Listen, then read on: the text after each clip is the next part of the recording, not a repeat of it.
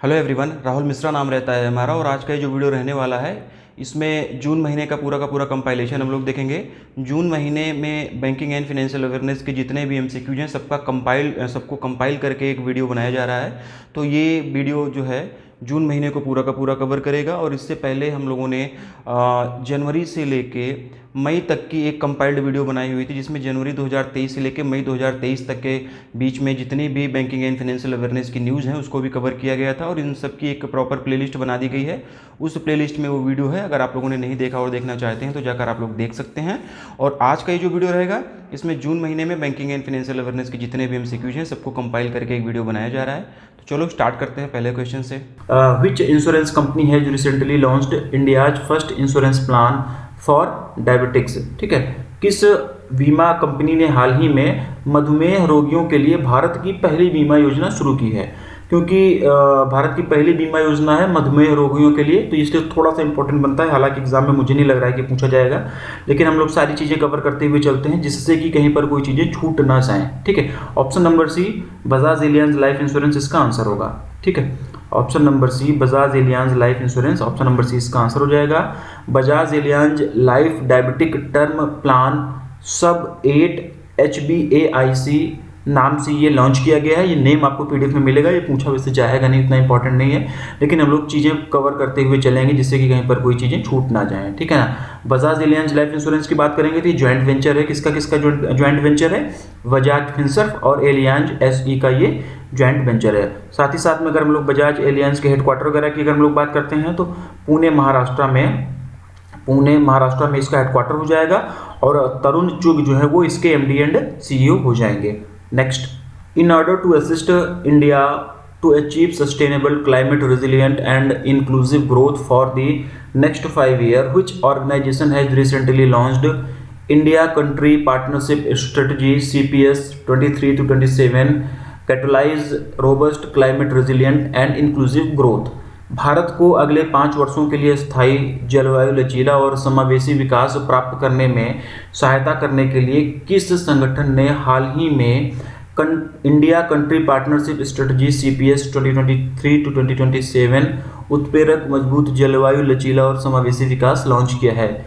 ये इस क्वेश्चन का हिंदी में मतलब होगा। ऑप्शंस आप लोगों के सामने हैं और इसका जो आंसर हो जाएगा, इसका आंसर होगा ऑप्शन नंबर ए एशियन डेवलपमेंट बैंक।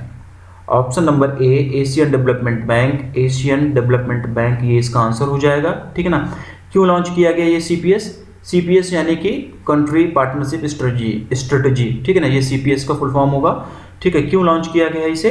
अच्छा, हिंदी में अगर क्वेश्चन ना समझ में आया करो तो इंग्लिश में आप लोग देख लिया करो, इसका हिंदी ट्रांसलेशन ऐसे ही हुआ था। इसीलिए क्वेश्चन को हम लोग क्या करते हैं कि दोनों लैंग्वेज में लिखते हैं कि चीज़ें आप लोगों को समझ में आए। ठीक है ना। वापस आते हैं क्वेश्चन पर।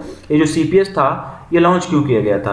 तो मजबूत क्लाइमेट रेजिलिएंट और समावेशी विकास में भारत का सहयोग करने के लिए CPS लॉन्च किया गया था एशियन डेवलपमेंट बैंक के द्वारा। ठीक है ना।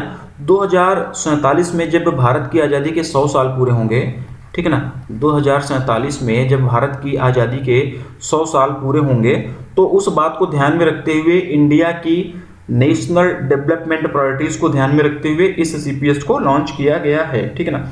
और ये जो CPS है इसके बेसिकली 3 पिलर हैं। ये जो CPS है कंट्री पार्टनरशिप स्ट्रेटजी, इसके 3 पिलर हैं। पहले पिलर की अगर हम लोग बात करेंगे तो उसका मतलब क्या नाम है उसका, क्या पिलर है उसका? Accelerate structure transformation and job creation, मतलब कि जॉब क्रिएशन को एक्सिलरेट करना है। ठीक है ना, ये चीज़ है। दूसरे पिलर की अगर हम लोग बात करेंगे तो दूसरा है promote climate resilient and green growth. ठीक है, क्लाइमेट रेजिलिएंट और ग्रीन ग्रोथ को प्रमोट करना तीसरा पिलर है। दूसरा पिलर है। तीसरे पिलर की अगर हम लोग बात करेंगे तो डीपेन सोशल एंड इकोनॉमिक इंक्लूसिवनेस। ठीक है ना, सोशल और इकोनॉमिक इंक्लूसिवनेस को और ज़्यादा मजबूत करना और ज़्यादा गहरा करना और ज़्यादा डीप मतलब करना, ये इसका तीनों पिलर्स हैं। चीज़ें अगर नहीं समझ में आ रही होंगी तो थोड़ा सा याद करने की कोशिश करना, कई बार सारी चीज़ें समझना भी नहीं जरूरी होता है। और इस पर्टिकुलर क्वेश्चन का PDF पढ़ना तो थोड़ा सा वहाँ से जाकर चीज़ें और ज़्यादा क्लियर होंगी। इसके साथ साथ इसकी CPS की थीम्स की अगर हम लोग बात करें तो बेसिकली 4 थीम्स हैं इसकी। कौन कौन सी हैं? हालांकि PDF में भी आपको मिलेगा 4 के चारों थीम, वहाँ से एक बार पढ़िएगा आप इसे जरूर। पहली हो जाएगी डोमेस्टिक रिसोर्स मोबिलाइजेशन, दूसरी हो जाएगी gender equality and social inclusion, तीसरी हो जाएगी digitalisation, fintech and innovation ecosystem support, चौथी हो जाएगी रीजनल कोऑपरेशन एंड इंटीग्रेशन। ठीक, तो ये 4 के 4 इसके सीपीएस के थीम्स हो गए, 3 पिलर आप लोगों को बताए गए। ये सारी चीज़ें याद रखना। 2047 में जब इंडिया अपनी आज़ादी के 100 साल पूरा करेगा, तो इसलिए मतलब इसको ध्यान में रखते हुए सारी चीज़ें जो है लॉन्च की गई हैं। एशियन डेवलपमेंट बैंक की यहाँ पर बात हुई है, तो एशियन डेवलपमेंट बैंक का हेडक्वार्टर ये मंडालुयांग मनीला फिलीपींस में होगा, और इसके जो हमारे प्रेसिडेंट हो जाएंगे मसात्सुगु असाकावा, ये इसके प्रेसिडेंट हो जाएंगे। In order to extend digital supply chain financing solution to small and medium-sized businesses (SMEs), which bank has recently partnered with UV, formerly known as Cred Avenue? Cred Avenue जो था उसका नया नाम UV है, या फिर ये कहें कि UV का पुराना नाम Cred Avenue था। ठीक है ना। छोटे और मध्यम आकार के व्यवसायों के लिए डिजिटल आपूर्ति श्रृंखला वित्त पोषण समाधान का विस्तार करने के लिए किस बैंक ने हाल ही में UV, जिसे कि पहले क्रेड एवेन्यू के नाम से जाना जाता था, यूवी के साथ में भागीदारी की है? ये इस क्वेश्चन का हिंदी में मतलब है इंडियन बैंक। ऑप्शन नंबर 20 का आंसर होगा, वन लाइनर करेंगे। इंडियन बैंक ऑप्शन नंबर 20 का आंसर हो जाएगा, वन लाइनर ही करेंगे। बाकी बैंकों के जितने भी नाम ये दिए गए इनका सबका हेडक्वार्टर, ठीक है, इनकी सबकी टैग लाइन, इनका सबका MD एंड CEO, ये सारी चीज़ें आप लोग रिकॉल करते हुए चलोगे इसी टाइम पे। Next, according to a report released by the FDI Markets, a service from United Kingdom's UK Financial Times Limited, which country is the top source country for foreign direct investment in Dubai, UAE? ठीक है ना। United kingdom के UK के financial times limited की एक सेवा FDI markets द्वारा जारी एक रिपोर्ट के अनुसार दुबई संयुक्त अरब अमीरात में प्रत्यक्ष विदेशी निवेश के लिए कौन सा देश शीर्ष स्रोत देश है? ये इसमें पूछा गया है, वन लाइनर ये भी रहेगा, और इसका जो आंसर होगा option number A India. Option number A India इसका आंसर होगा।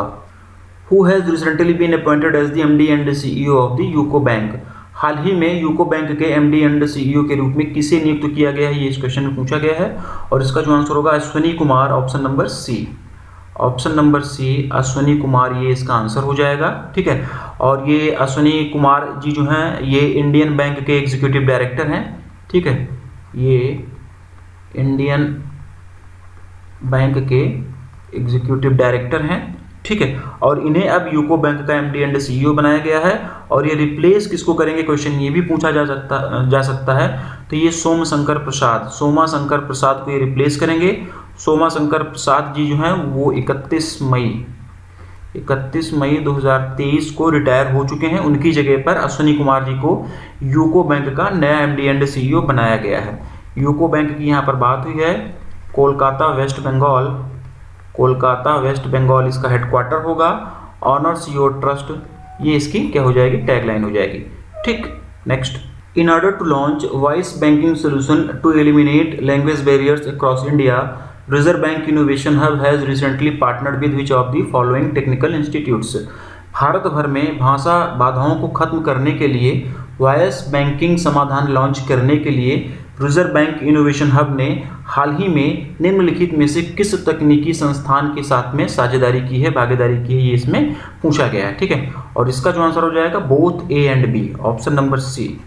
Option number C both A and B, यानी कि IIT मद्रास रिसर्च पार्क और IITM इंक्यूबेशन सेल, इन दोनों के साथ में Reserve Bank of India innovation hub ने अभी हाल ही में पार्टनरशिप किया हुआ है, जिससे कि वॉइस बैंकिंग सोल्यूशन लॉन्च किया जा सके, और इस वॉइस बैंकिंग सोल्यूशन के माध्यम से पूरे देश भर में जो लैंग्वेज बैरियर होता है उसको एलिमिनेट किया जा सके, उसको कम किया जा सके। ठीक ना, फिर से थोड़ा सा एक्सटेंड करते हैं, थोड़ा सा और एलिब्रेट करते हैं। वॉइस बैंकिंग सोल्यूशन के माध्यम से बैंक जो ये वॉइस बैंकिंग सोल्यूशन लॉन्च किया जाएगा, इसके माध्यम से बेसिक बैंकिंग ट्रांजैक्शंस वॉइस के थ्रू ही की जा सकेंगे, आवाज़ के तरीके से ही आवाज़ के माध्यम से ही बोल के ही किया जा सकेगा। Initially Hindi, Tamil, Telugu, English language ही रहेंगी इसमें।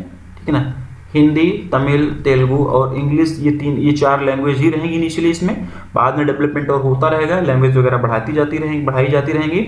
और इसके साथ साथ इन तीनों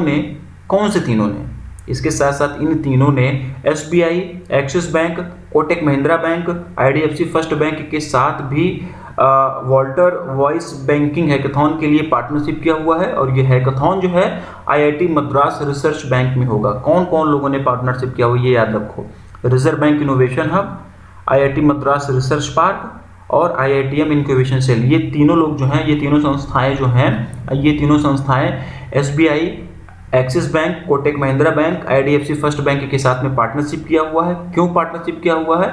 वॉल्टर वॉइस बैंकिंग हैकाथॉन में भाग लेने के लिए। और ये हैकाथॉन कहाँ पर होगा? ये hackathon IIT Madras research park में होगा। तो option number C both A and B इसका आंसर हो जाएगा। Employees Provident Fund Organization has recently released payroll reporting data analysis in May 2023. According to this data analysis, which state has recorded the highest number of formal job creation? कर्मचारी भविष्य निधि संगठन ने हाल ही में मई 2023 में पेरोल रिपोर्टिंग डेटा विश्लेषण जारी किया है। इस डेटा के अनुसार किस राज्य ने सबसे अधिक औपचारिक रोजगार सृजन किया है? ये इस क्वेश्चन में पूछा गया है और इसका जो आंसर होगा ऑप्शन नंबर ए महाराष्ट्र।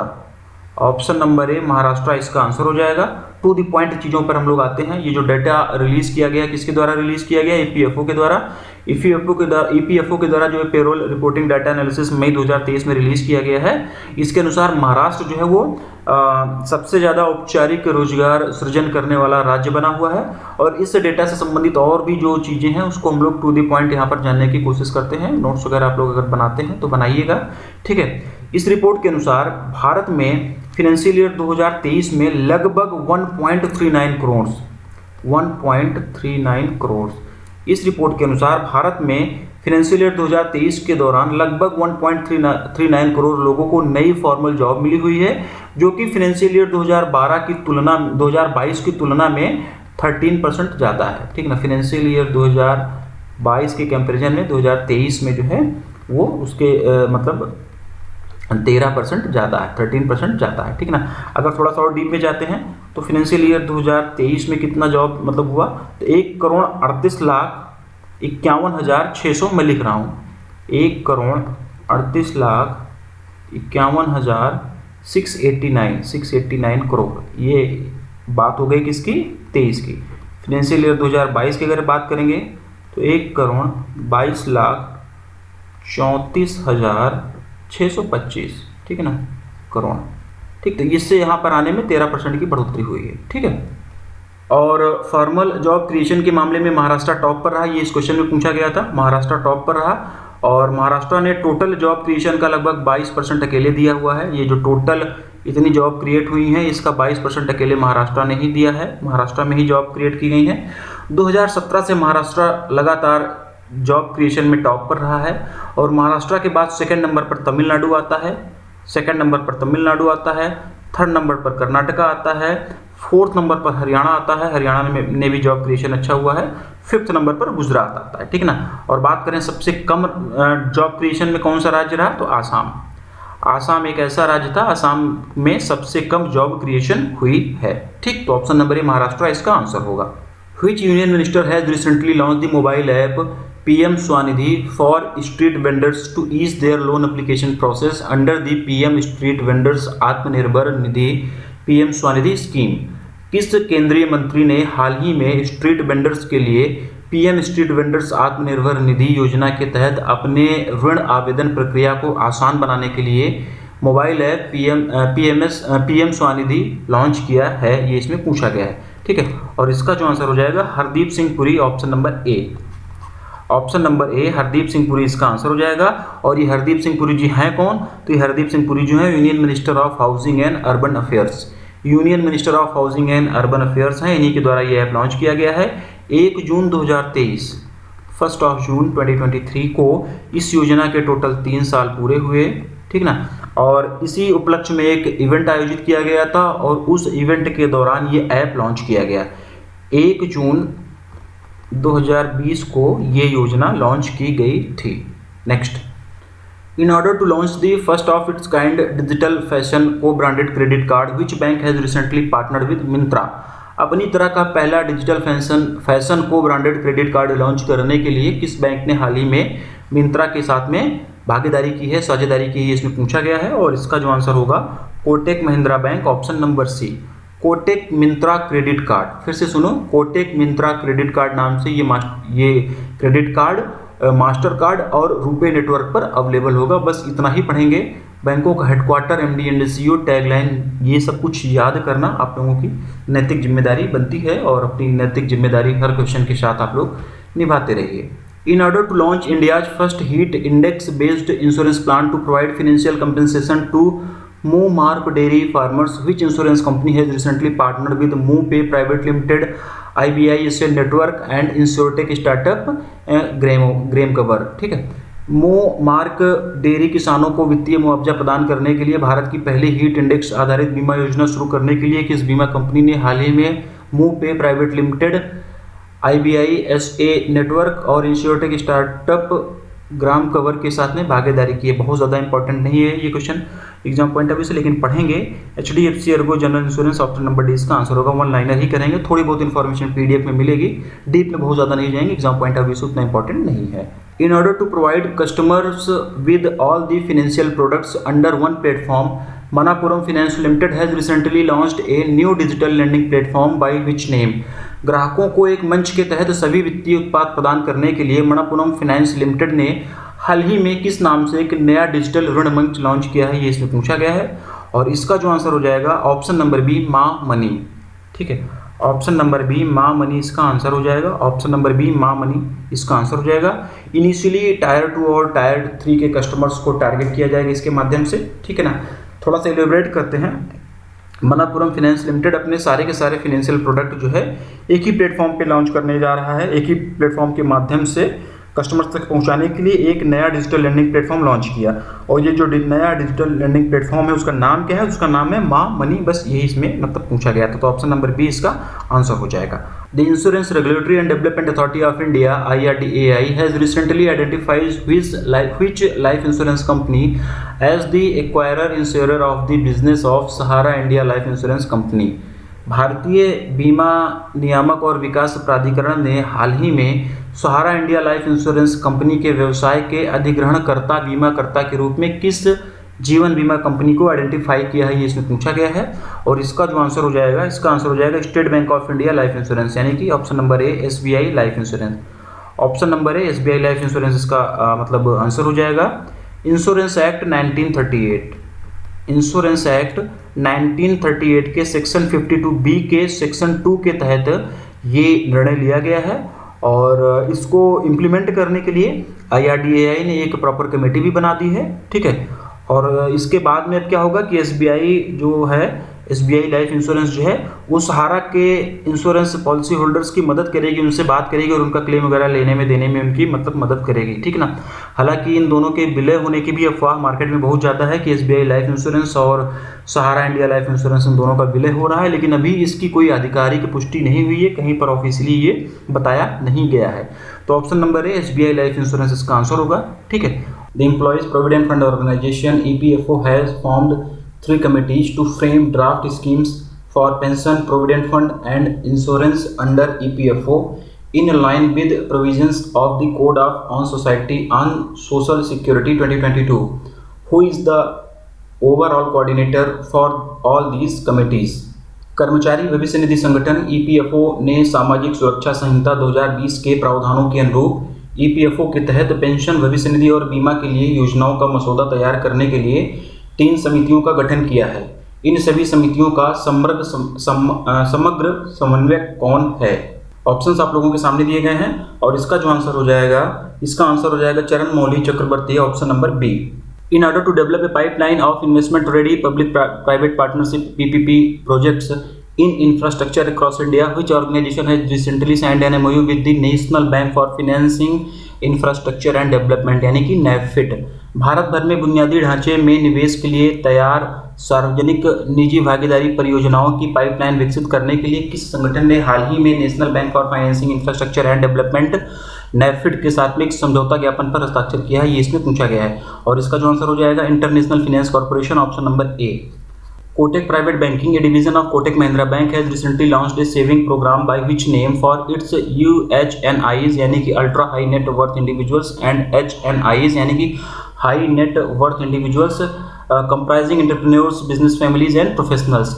कोटक महिंद्रा बैंक के एक प्रभाग कोटक प्राइवेट बैंकिंग ने हाल ही में अपने UHNI यानी कि high ultra net worth individuals और हाई नेट वर्थ इंडिविजुअल्स के लिए किस नाम से एक बचत कार्यक्रम शुरू किया है, जिसमें कि उद्यमी, व्यावसायिक, परिवार और पेशेवर भी शामिल हैं।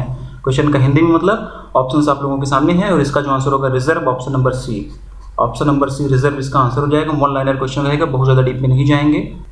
In order to enable its customers to withdraw cash using UPI from the bank's ATM without using the physical debit card, which bank has recently launched the interoperable cardless cash withdrawal ICCW facility. अपने ग्राहकों को भौतिक debit card का उपयोग किए बिना bank के ATM से UPI का उपयोग करके नकदी निकालने में सक्षम बनाने के लिए किस बैंक ने हाल ही में इंटरऑपरेबल कार्डलेस कैश विड्रॉल सुविधा शुरू की है।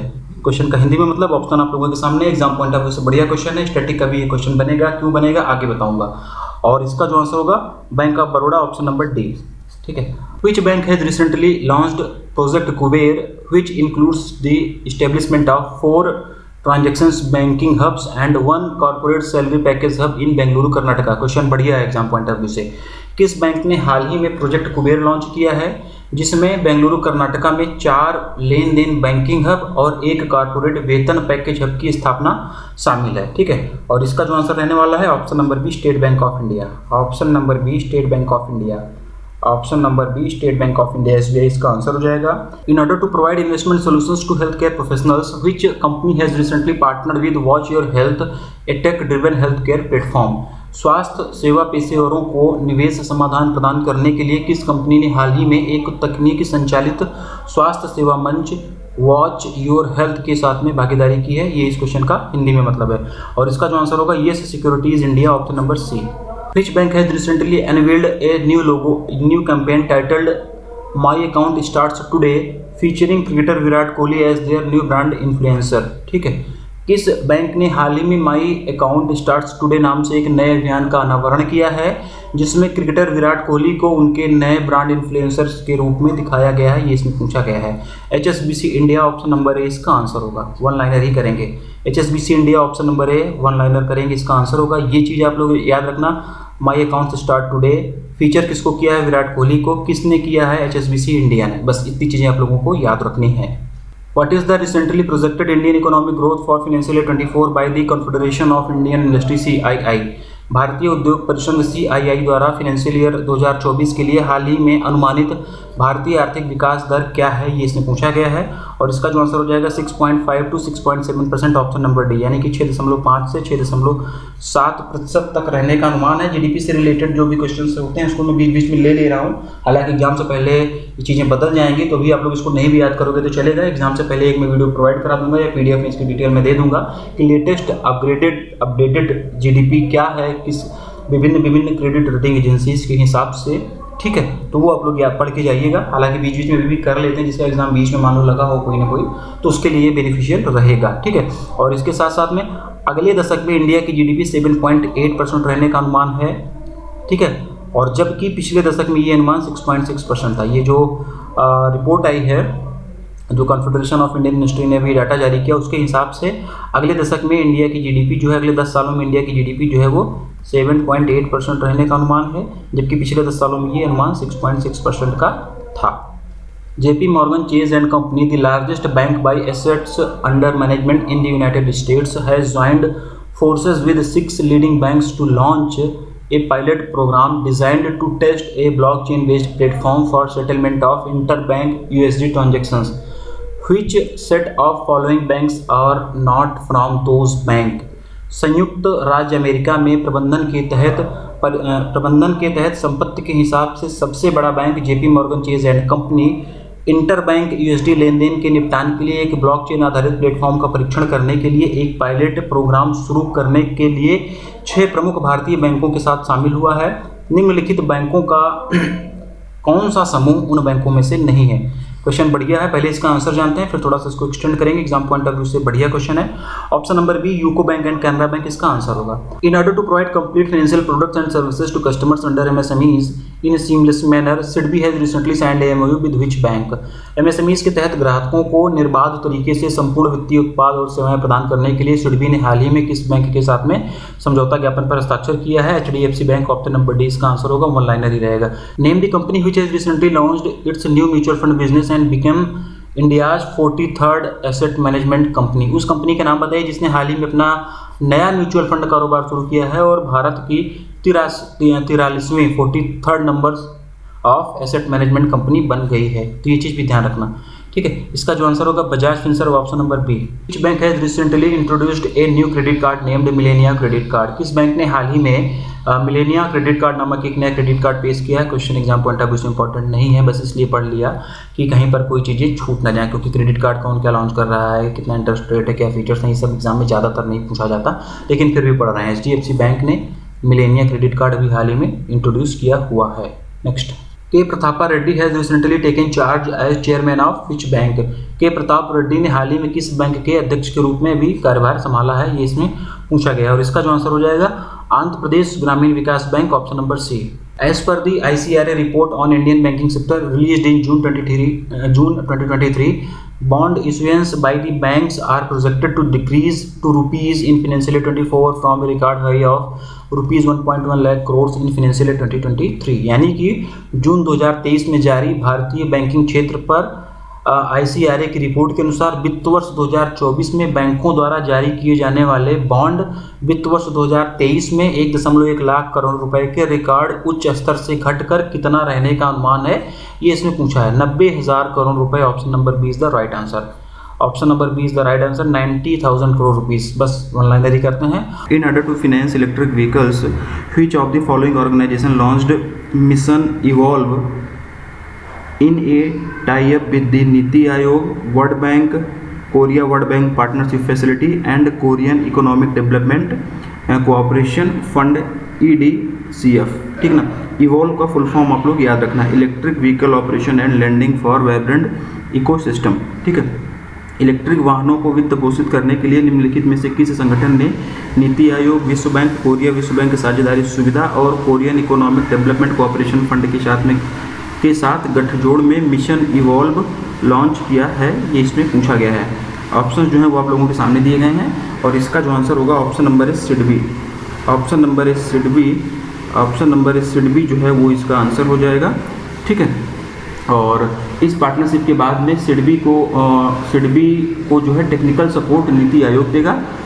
सिडबी को टेक्निकल सपोर्ट कहाँ से मिलेगा? नीति आयोग से मिलेगा, जबकि फिनेंशियल असिस्टेंस वित्तीय सहायता world bank, Korea world bank partnership और कोरियन EDCF से प्राप्त होगा, ठीक ना। टेक्निकल सपोर्ट नीति आयोग से मिलेगा। फाइनेंशियल सपोर्ट कहाँ से मिलेगा? फाइनेंशियल सपोर्ट मिलेगा world bank, Korea world bank partnership facility and Korean economic development cooperation fund, ठीक ना। और ये जो इवॉल्व लॉन्च किया गया है, क्यों लॉन्च किया गया है, ये क्वेश्चन में ही बता दिया गया है। In order to finance electric vehicles, electric vehicles को फाइनेंस करने के लिए, इलेक्ट्रिक व्हीकल्स को वित्तीय सहायता प्रदान करने के लिए। ऑप्शन नंबर इस सिडबी जो है इसका आंसर हो जाएगा। और इस पार्टनरशिप के हो जाने के बाद में इसके माध्यम से जो MSMEs होंगी, ठीक है ना, उनको इलेक्ट्रिक व्हीकल्स के लिए फाइनेंशियल असिस्टेंस दिया जाएगा। और इसके माध्यम से इंडिया के मिशन EV 3830, इंडिया का एक मिशन है, मैं लिख रहा हूँ इसको, हालांकि ये PDF में आप लोगों को सब कुछ मिलेगा।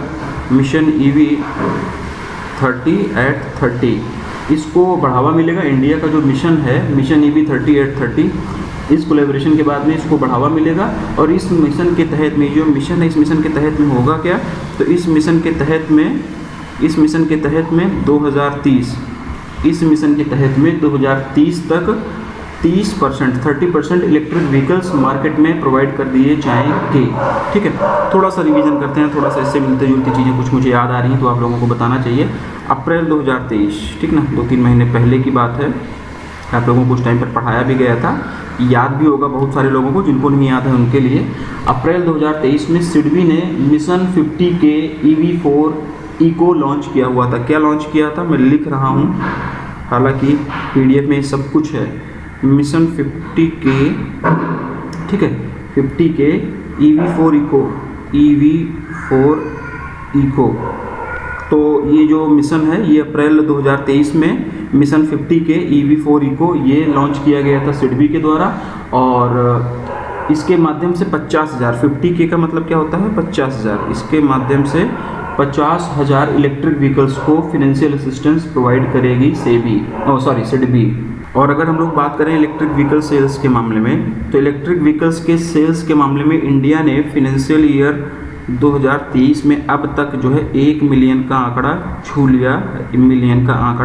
छू लिया है। मतलब कि 1 मिलियन इलेक्ट्रिक व्हीकल्स का सेल जो है अभी तक किया जा चुका है। ठीक है, तो ऑप्शन नंबर सिडबी इसका आंसर हो जाएगा। सिडबी का हेडक्वार्टर कहाँ पर होगा? सिडबी का हेडक्वार्टर जो होगा वो लखनऊ में होगा।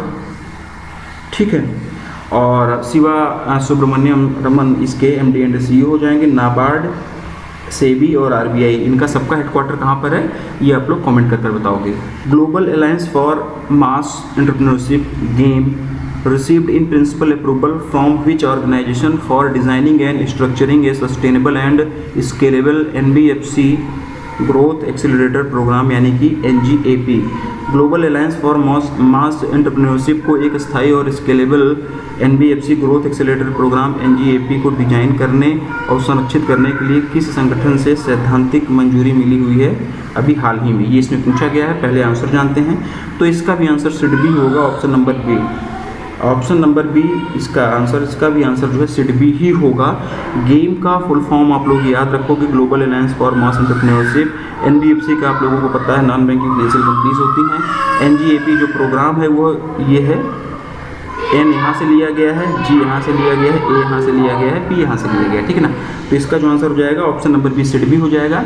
NBFC ग्लोबल एक्सीलरेटर प्रोग्राम के पायलट प्रोजेक्ट के रूप में इनिशियली अभी 20 NBFCs को कंसिडर किया जा रहा है। अगस्त 2023 जो चीज़ें बता रहा हूँ, जो डेट वगैरह बता रहा हूँ, आप लोग इसको याद करते रहना। अगस्त 2023 से ये प्रोग्राम वर्किंग हो जाएगा।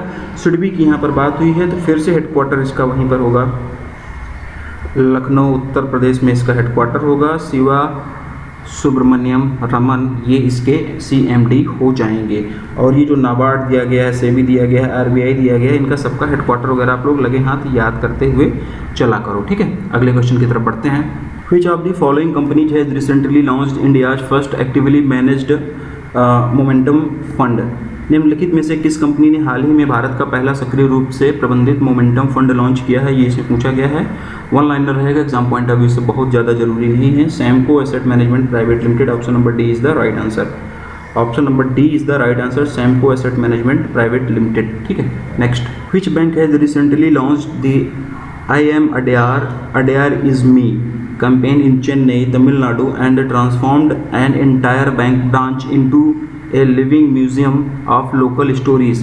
किस बैंक ने हाल ही में चेन्नई तमिलनाडु में I am Adyar is me अभियान शुरू किया हुआ है और एक पूरी बैंक शाखा को स्थानीय कहानियों के एक जीवित संग्रहालय के रूप में बदल दिया है?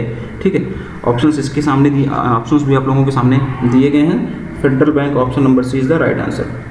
Federal bank option number C जो है ये इसका सही उत्तर होगा। ये चीज़ आप लोग याद रखना। क्या याद रखना है? I am Adyar is me, ये चीज़ याद रखना।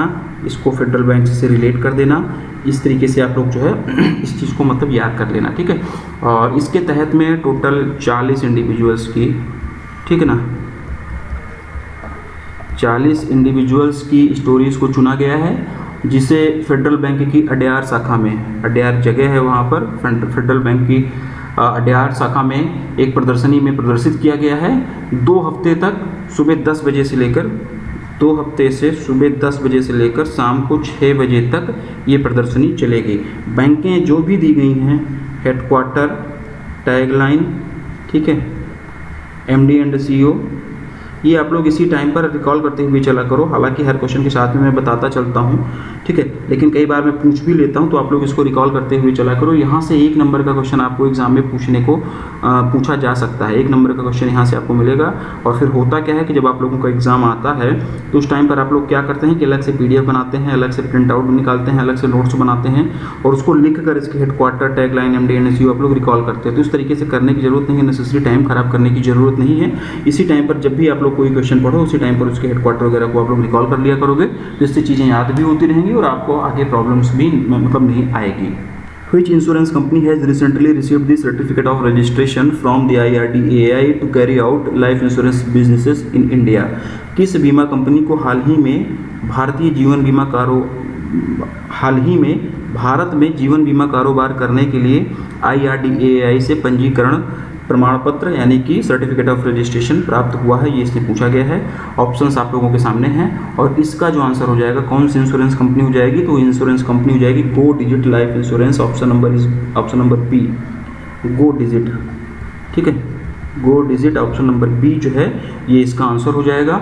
और इसके तहत में मतलब कि जब गो डिजिट को IRDAI की तरफ से लाइफ इंश्योरेंस बिजनेस प्राप्त कर चलाने का सर्टिफिकेट ऑफ रजिस्ट्रेशन मिल गया, तो इस सर्टिफिकेट ऑफ रजिस्ट्रेशन मिल जाने के बाद में इंडिया में टोटल 26 लाइफ इंश्योरेंस कंपनीज हो गई हैं। मतलब कि इंडिया में अब टोटल 26 लाइफ इंश्योरेंस हो गए हैं। तो option number B Go Digit is the right answer. इन सभी के हेडक्वार्टर आप लोगों को रिकॉल करना है और कमेंट करना, ये आपकी नैतिक जिम्मेदारी बन जाती है। The Canada pension plan investment board CPPIB has recently sold around 3.3 crore shares और 1.77% of the equity of which bank through open market transactions with deal value of ₹6,123.6 crore.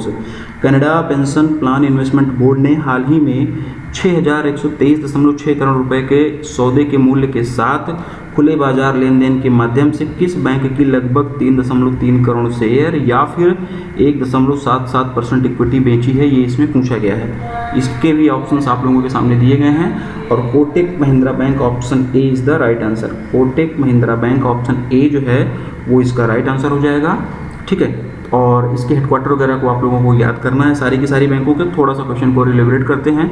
Last year जो था एक्विजिशन और मर्जर से क्वेश्चन आया था, ठीक ना, acquisition और मर्जर से क्वेश्चन आया था, तो ये क्वेश्चन इंपॉर्टेंट बनता है एग्जाम पॉइंट ऑफ व्यू से। एक अलग से पेज बना लेना आप लोग जहाँ पर एक्विजिशन और मर्जर को लिखते रहना, वहाँ से एक ना एक क्वेश्चन आपको मतलब देखने को मिल सकता है। चाहे फिर आप PO का एग्ज़ाम दे रहे हो, चाहे फिर आप क्लर्क का एग्ज़ाम दे रहे हो, चाहे फिर आप GBO स्केल 2 दे रहे हो, चाहे फिर आप स्केल 3 दे रहे हो। लास्ट ईयर ये उम्मीद नहीं थी कि स्केल 3 में GDP प्रोडिक्शन पूछा जाएगा, क्योंकि पेपर थोड़ा सा इसका टफ होता, लेकिन ये भी पूछ लिया गया था। GDP का क्वेश्चन एक लास्ट ईयर एग्जाम में स्केल 3 के पूछा गया था। तो कोई भी क्वेश्चन कहीं पे भी पूछ सकते हैं, तो ये नहीं है कि ये क्वेश्चन सिर्फ इसी PO के लिए इंपॉर्टेंट होगा या फिर क्लर्क के लिए ही होगा, ऐसा नहीं है, ठीक है। तो ये चीज़ें याद रखना। और Canada pension plan investment board ने अभी हाल ही में 3.3 करोड़ शेयर, ठीक है, 3.3 करोड़ शेयर कोटक महिंद्रा बैंक के ओपन मार्केट ट्रांजैक्शंस के थ्रू जो है बेचे हुए हैं। और इसकी वैल्यू कितनी है, तो इसकी वैल्यू है 6,100 टोटल। मतलब ये 3.3 करोड़ शेयर 6,123.6 करोड़ रुपए में बेचे हुए हैं। तो ये चीज़ मतलब आप लोग याद रखना, टोटल अमाउंट भी आप लोग याद रखना। थोड़ा सा और एक्सपांड करें, थोड़ा सा और चीज़ों को बताएं, हालांकि इतना डीप में जाने की जरूरत नहीं है। एक शेयर की प्राइस की अगर हम लोग बात करेंगे तो 1855.64 रुपीज़, ठीक है, 64 रुपीज़ जो है वो एक शेयर की प्राइस हो जाएगी। और इसको आप लोग जो है 3.3 करोड़ से मल्टीप्लाई कर लेना, ये आंसर आ जाएगा, ये चीज़ आ जाएगी। अप्रॉक्सीमेट वैल्यूज़ हैं ये सारी की सारी, ठीक है। Kotak Mahindra bank, HDFC bank, ICICI bank और येस बैंक, इनका सबका हेडक्वार्टर वगैरह आप लोग रिकॉल करो। Life insurance corporation of India यानी कि LIC has recently increased its stake to 8.68% from 6.68% in which company.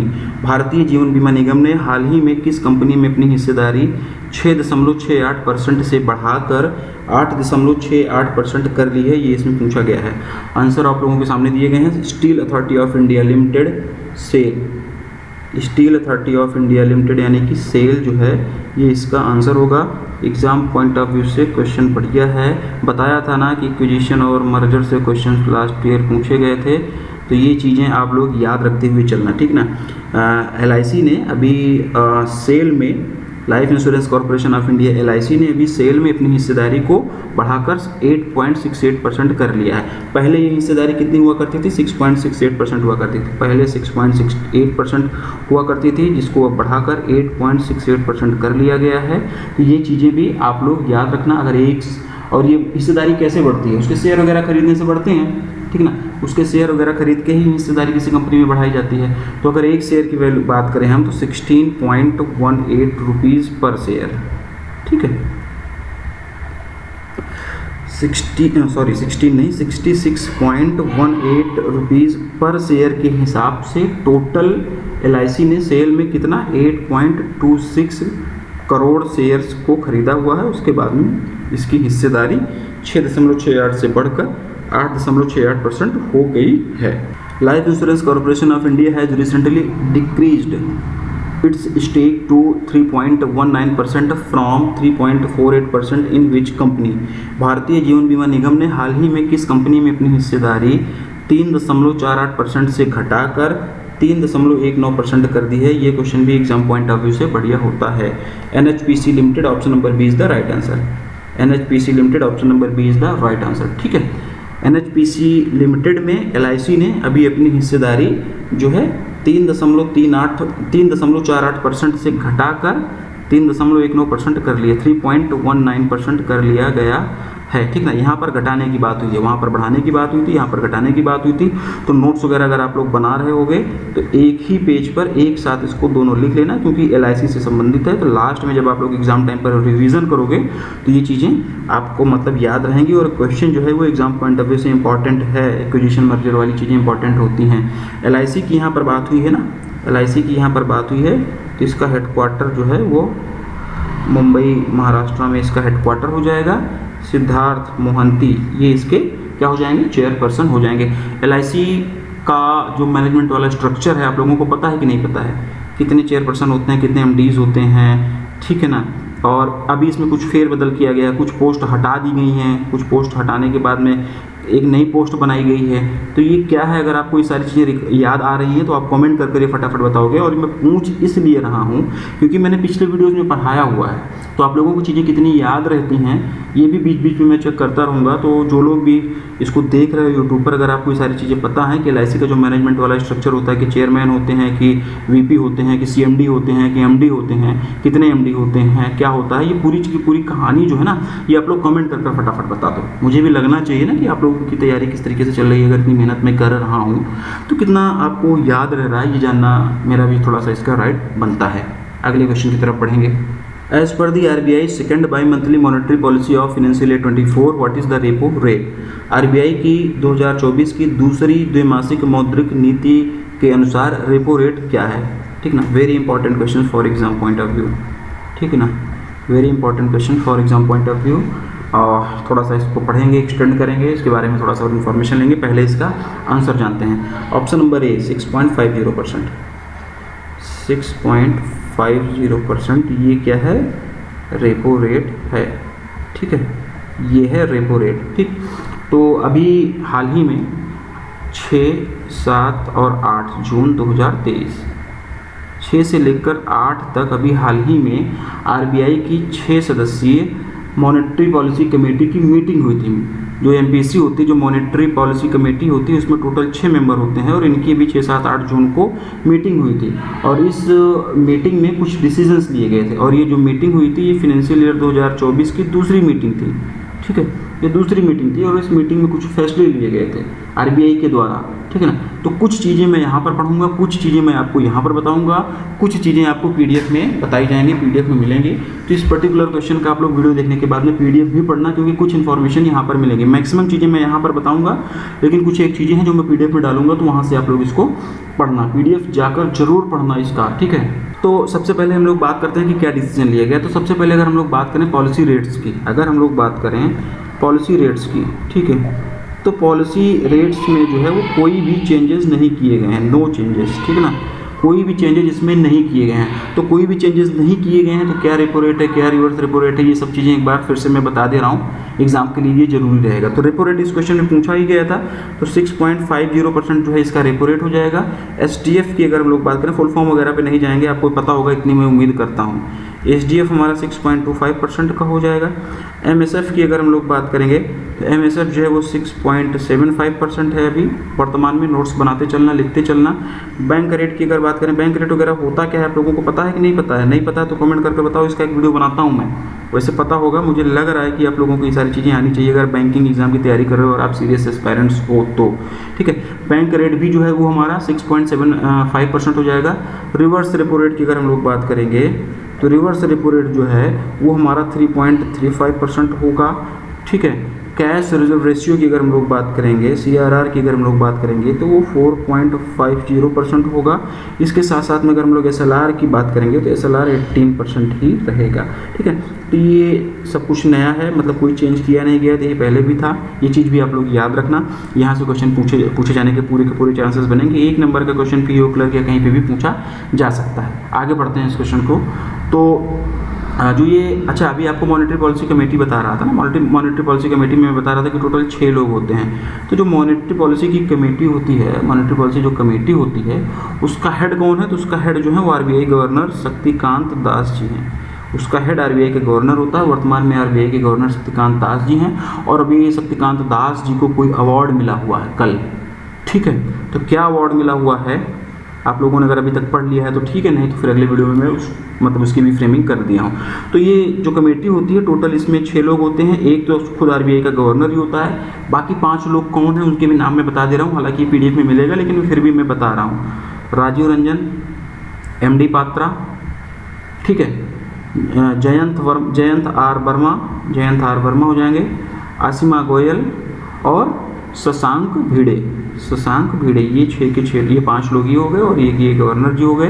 ये मिलाकर टोटल 6 लोग इस मॉनेटरी पॉलिसी कमेटी में होते हैं। इस मीटिंग में कुछ और डिसीजंस लिए गए, कुछ और प्रेडिक्शंस किया गया GDP वगैरह को लेके।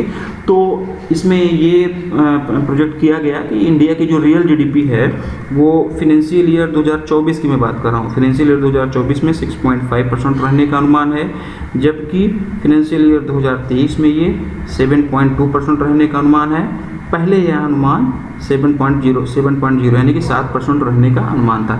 CPI इन्फ्लेशन की अगर हम लोग बात करें तो CPI इन्फ्लेशन जो है वो फिनेंशियल ईयर 2024 में 5.1% रहने का अनुमान है। ठीक है, इंडिया का फॉरेन एक्सचेंज रिजर्व 2 जून 2023 को 595.1 बिलियन USD था। ये चीज़ भी आप लोग याद रखना, क्वेश्चन पूछा जाएगा। ठीक है ना, इंडिया का, और ये कब की बात है? 2 जून 2023, ठीक ना, 2 जून 2023 तक इंडिया का फॉरेन एक्सचेंज रिजर्व 2 जून 2023 तक 595.1 बिलियन USD था। ये चीज़ भी आप लोग याद रखना। और इसके साथ साथ में डिजिटल लैंडिंग में डिफ़ॉल्ट लॉस गारंटी और first loss default loss guarantee के लिए RBI ने गाइडलाइन जारी की। ये चीज़ आपको PDF से पढ़नी है, यहाँ पर नहीं बताऊँगा, PDF में देखना आप लोग। Compromise settlement and technical right offs के लिए भी RBI ने फ्रेमवर्क जारी किया हुआ है। इसकी भी डिटेलिंग आपको PDF में मिलेगी, इसको आप PDF में पढ़ना। इसके साथ साथ प्राइमरी अर्बन कोऑपरेटिव बैंक्स के लिए प्रायोरिटी सेक्टर लेंडिंग, इसके साथ साथ प्राइमरी अर्बन कोऑपरेटिव बैंक्स के लिए प्रायोरिटी सेक्टर लेंडिंग टारगेट्स को अचीव करने की समय सीमा को 2 साल के लिए बढ़ा दिया गया है। ये चीज़ भी याद रखना। अब 2 साल के लिए बढ़ाकर कितना कर दिया गया है? तो 2 साल के लिए बढ़ाकर इसको 31 मार्च 2026 कर दिया गया है। पहले यह समय सीमा जो थी 31 मार्च 2024 की हुआ करती थी, इसे अब 2 साल के लिए बढ़ाकर जो है 26 कर दिया गया। तो ये चीज़ भी आप लोग याद रखना, ये दोनों डेडलाइन याद रखना। 31 मार्च 2026 याद रखना। ये पूछा जा सकता है कि समय सीमा क्या है, ये पूछा जा सकता है कि कितने साल के लिए बढ़ा दिया गया है। तो 2 साल याद रखना। क्या बढ़ाया गया है, किसके लिए बढ़ाया गया है, इसको मैंने बताया, लेकिन मैं फिर से बता रहा हूँ। प्राइमरी अर्बन कोऑपरेटिव बैंक्स के लिए प्रायोरिटी सेक्टर लेंडिंग टारगेट को अचीव करने की समय सीमा को। ठीक है, इसके साथ साथ permitted non bank prepaid payments instruments के द्वारा ₹E वाउचर इशू करने की भी परमिशन दे दी गई है RBI के द्वारा। अगले पॉइंट पे अगर हम बढ़ते हैं तो इंडिया में बैंकों के द्वारा रुपए प्रीपेड फॉरेक्स कार्ड इशू करने का भी परमिशन दिया गया है इंडिया के द्वारा। सब कुछ PDF में मिलेगा, अभी आप लोग सुनते जाओ, नोट्स बनाते जाओ। और RBI ने शेड्यूल्ड कॉमर्शियल बैंकों को कॉल मनी, मैं लिख रहा हूँ, ठीक है ना, कॉल मनी, टर्म मनी और नोटिस मनी, ठीक है, टर्म मनी और नोटिस मनी की बात हम लोग करने जा रहे हैं। ठीक है ना, तो RBI ने शेड्यूल्ड कॉमर्शियल बैंकों को कॉल मनी, टर्म मनी और नोटिस मनी के तहत की जाने वाली बोरोइंग के लिए खुद की अपनी लिमिट निर्धारित करने की छूट दे दी गई है। ठीक है, ये चीज़ आप लोग ध्यान रखना, अपनी लिमिट खुद की निर्धारित कर सकते हैं। अब ये कॉल मनी क्या होता है, टर्म मनी क्या होता है, नोटिस मनी क्या होता है, हाँ, ये सब चीज़ें आपको पता होंगी, और नहीं पता होंगी तो पीडीएफ में जरूर पढ़ना। यहीं से स्टैटिक बनेगा, यहीं से चीज़ें बनती हैं, यहीं से डायरेक्ट पूछ लिया जाएगा कॉल मनी, टर्म मनी और नोटिस मनी के बारे में। यहाँ पर नहीं बताऊँगा, पीडीएफ में इसको पढ़ना थोड़ा सा, ठीक है। हालांकि बहुत बेसिक चीज़ें हैं, बहुत लोगों को पता होंगी, इसीलिए यहाँ पर नहीं बता रहा हूँ, लेकिन इसको पीडीएफ में मैं डालूंगा, ठीक है। तो यहाँ से आप लोग उसको मतलब ये पढ़िएगा ज़रूर, ठीक है। और कुछ एक और पॉइंट्स हैं जो मैं पीडीएफ में दूंगा इसके साथ साथ, तो आप लोग उसको पढ़ना। ऐसा ना हो कि इस क्वेश्चन का सिर्फ और सिर्फ वीडियो देख लें यहाँ पर, वीडियो देखने के बाद में पीडीएफ ना पढ़ें। तो पीडीएफ भी पढ़ना, क्योंकि कुछ इन्फॉर्मेशन जो है इसकी मैं पीडीएफ में भी दिया हूँ, तो पर्टिकुलर इस क्वेश्चन की पीडीएफ तो आप लोग जरूर ही पढ़ना, ठीक ना। मैं हमेशा बोलता हूँ कि जब आप लोग, जो भी हमारे पेड यूजर्स हैं, उनके लिए हमेशा कहता हूँ कि आपको सही तरीके से पढ़ने का सही तरीका क्या है, मतलब जो भी पढ़ा रहे हैं इसको याद रहे, इसको सही पढ़ने का सही तरीका क्या है। तो सबसे पहले आप लोग वीडियो देखो, वीडियो देखने के टाइम पर अपने खुद के नोट्स बनाओ, और अपने खुद के नोट्स बनाते रहो आप लोग। और जैसे ही पूरा मंथ कंप्लीट होता है और आपको पीडीएफ अवेलेबल कराई जाती है, तो उस पीडीएफ को भी पढ़ो और पर्टिकुलर क्वेश्चन के साथ साथ में देखते जाओ कि क्या क्या इन्फॉर्मेशन आप लोग लिखे हो और क्या क्या चीज़ें और हैं। थोड़ी बहुत नोट्स उस टाइम पर भी उसमें बना लो, ठीक है। नोट्स बहुत डिस्क्रिप्टिव मोड में नहीं बनाना है, टू दी पॉइंट चीज़ों को लिखना है, नहीं तो सारा का सारा टाइम आप लोगों का नोट्स बनाने में ही चला जाएगा। लेकिन नोट्स बनाना जरूरी है। अगर आप लोग अपने हाथ से लिखे रहोगे ना, तो कहीं ना कहीं चीज़ें दिमाग में बैठती हैं और एग्जाम में क्वेश्चन गलत होने के चांसेस जो है वो नहीं रहते हैं। तो इसीलिए नोट्स बनाना जरूरी है, बहुत प्रिसाइज नोट्स बनाओ, क्योंकि एग्जाम टाइम पर तो सारे के सारे वीडियो आप देख नहीं पाओगे, और सेल्फ रिटन आपके नोट्स जो रहेंगे उसको देख के आप लोग पढ़ पाओगे और फटाफट चीज़ें याद होती जाएंगी। तो पहले वीडियो देखो, फिर नोट्स बनाते रहो उसी टाइम पर, उसके बाद में पीडीएफ पढ़ो, फिर पीडीएफ के भी नोट्स बनाकर उसी में लिख लो, और फिर इस तरीके से अगर आप लोग करते जाओगे तो फिर कहीं पर कोई दिक्कत नहीं आने वाली और चीज़ें आपको याद होती रहेंगी, ठीक है। अगले क्वेश्चन की तरफ बढ़ते हैं। Which bank has recently launched the World Elite Metal Debit Card for the Uber Affluent Indians? किस बैंक ने हाल ही में उबर समृद्ध भारतीय के लिए world elite metal debit card launch किया है? एग्जाम पॉइंट ऑफ व्यू से इंपॉर्टेंट बहुत ज़्यादा नहीं है, ठीक है, लेकिन फिर भी पढ़ ले रहे हैं कहीं पर, जिससे कि कोई चीज़ें हमारी छूटी नहीं। SBI bank India, option number B is the right answer. One liner ही इसको करेंगे, बहुत ज़्यादा इसमें डीप में नहीं जाएंगे। How much loan amount has recently been approved by the World Bank to support West Bengal to improve irrigation practices in rural areas? ग्रामीण क्षेत्रों में सिंचाई प्रथाओं में सुधार के लिए पश्चिम बंगाल को समर्थन करने के लिए हाल ही में विश्व बैंक द्वारा कितनी ऋण राशि स्वीकृत की गई है, ये इसमें पूछा गया है। और इसका जो आंसर हो जाएगा 148 million USD, option number C. Option number C 148 million USD the right answer. Very important question for exam point of view, ठीक है ना। लोन अमाउंट पे क्वेश्चन हमेशा पूछे जाते रहे हैं, लोन अमाउंट पे क्वेश्चन हमेशा एग्जाम में पूछे जाते रहे हैं, तो ये क्वेश्चन इंपॉर्टेंट बनता है। लोन किसके द्वारा दिया गया है, कितना दिया गया है, क्यों दिया गया है, ये चीज़ें भी आप लोगों को याद करना, याद रखना जरूरी होता है। तो वर्ल्ड बैंक के द्वारा ये लोन दिया गया है, क्यों दिया गया है? पश्चिम बंगाल में इरिगेशन प्रैक्टिसेस को सुधार करने के लिए, ठीक है ना, रूरल एरियाज़ में, मतलब कि पश्चिम बंगाल के ग्रामीण क्षेत्रों में सिंचाई सुविधाओं को, सिंचाई प्रथाओं में सुधार करने के लिए वर्ल्ड बैंक के द्वारा वेस्ट बंगाल को ये लोन दिया गया है। कितने रुपए का लोन दिया गया है?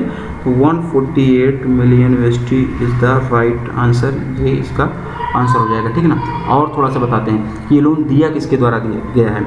IBRD। IBRD क्या होता है? ये वर्ल्ड बैंक की लेंडिंग आर्म है। वर्ल्ड बैंक जब भी लोन देना होता है इसी के थ्रू जो है लोन देता है। तो IBRD के द्वारा ये लोन दिया गया है, और ये लोन जो दिया गया है 11.5 साल के दिया गया है, 11.5 ईयर्स के लिए ये लोन दिया गया है। और इस लोन को पूरा करने के लिए 4 ईयर्स का ग्रेस पीरियड भी दिया गया है, मैच्योरिटी पीरियड, ग्रेस पीरियड भी 4 ईयर्स का इसके तहत में मतलब दिया गया है, ठीक है। वर्ल्ड बैंक की यहाँ पर बात हुई है, तो वाशिंगटन DC जो है ये इसका हेडक्वार्टर हो जाएगा। अजय बंगा जी जो हैं वो इसके प्रेसिडेंट हो जाएंगे, और ये वर्ल्ड बैंक के 14वें प्रेसिडेंट हैं, भारतीय मूल के पहले प्रेसिडेंट हैं। ये चीज़ भी पढ़ते रहना, याद करते रहना, क्वेश्चन यहाँ से भी बनने के चांसेस हैं। अजय बंगा वाला जो क्वेश्चन है ये पूछा जा सकता है, और ये भी पूछा जा सकता है कि कौन से नंबर के प्रेसिडेंट हैं ये, ठीक। In order to promote horticulture in Himachal Pradesh, how much amount of loan agreement has recently been signed between the Government of India and the Asian Development Bank (ADB)? Himachal Pradesh में बागवानी को बढ़ावा देने के लिए हाल ही में भारत सरकार और एशियाई विकास बैंक ADB के बीच में कितनी राशि के ऋण समझौते पर हस्ताक्षर किए गए हैं, ये इसमें पूछा गया है। और इसका जो आंसर होगा 130 मिलियन, ऑप्शन नंबर ए। 130 million, 130 million USD, option number ए इसका आंसर हो जाएगा, ठीक है। और एशियन डेवलपमेंट बैंक की यहाँ पर बात हुई है, तो एशियन डेवलपमेंट बैंक का जो हेडक्वार्टर है मंडालुयांग, मनीला, फिलीपींस में, इसका हेडक्वार्टर हो जाएगा। मसात्सुगु आसाकावा ये इसके क्या हो जाएंगे, प्रेसिडेंट हो जाएंगे। फिर से बोल रहा हूँ कि लोन किसके द्वारा दिया गया, किसको दिया गया, क्यों दिया गया, ये चीज़ें याद रखना।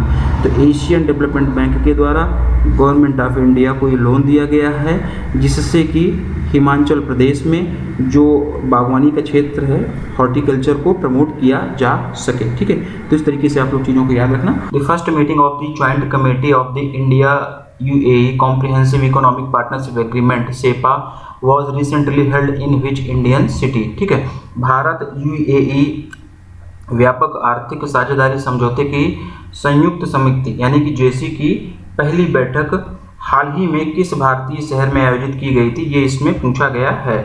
ऑप्शंस भी हैं, वो आपके सामने दिए गए हैं। इसका जो आंसर हो जाएगा option number A new Delhi. Option number A new Delhi, नई दिल्ली जो है ये इसका आंसर हो जाएगा। In order to offer employment opportunities to ex servicemen of the defence services which insurance company has recently signed an MOU with the directorate general settlement DGR। रक्षा सेवाओं के पूर्व सैनिकों को रोजगार के अवसर प्रदान करने के लिए किस जीवन बीमा कंपनी ने हाल ही में पुनर्वास महानिदेशालय DGR के साथ में एक समझौता ज्ञापन पर हस्ताक्षर किया है, ये इसमें पूछा गया है। ठीक है, और इसका जो आंसर हो जाएगा क्या हो जाएगा बताओ, इसका जो आंसर हो जाएगा Kotak Mahindra life insurance. Option number C is the right answer. In order to choose any easy to remember 7-digit or character account name as their saving account number, which bank has recently launched the My Account My Name scheme for the savings bank account customers for the first time? अपने बचत खाता number के रूप में किसी भी आसानी से याद होने वाले 7 डिजिट का 7 अंकों का या वर्ण खाते के नाम को चुनने के लिए किस बैंक ने हाल ही में पहली बार बचत बैंक खाता ग्राहकों के लिए मेरा खाता मेरा योजना शुरू की है। क्वेश्चन बढ़िया है एग्जाम पॉइंट ऑफ व्यू से। आंसर पहले जानते हैं, फिर चीज़ों को थोड़ा सा एक्सटेंड करेंगे। Option number D Indian overseas bank is the right answer. A new deposit scheme named Vikas Ashadeep 400 days has recently been launched by which bank? हाल ही में किस बैंक के द्वारा विकास आशादीप 400 दिन नामक एक नई जमा योजना शुरू की गई है। डिपॉजिट स्कीम है ये बेसिकली, और ये कौन सी बैंक के द्वारा शुरू की गई है भी हाल ही में, ये इसमें पूछा गया है। Karnataka Vikas Grameena bank. Option number B is the right answer. In order to eliminate paper based documentation a digital account opening platform named SwiftE has recently been launched by which bank? Question बढ़िया है।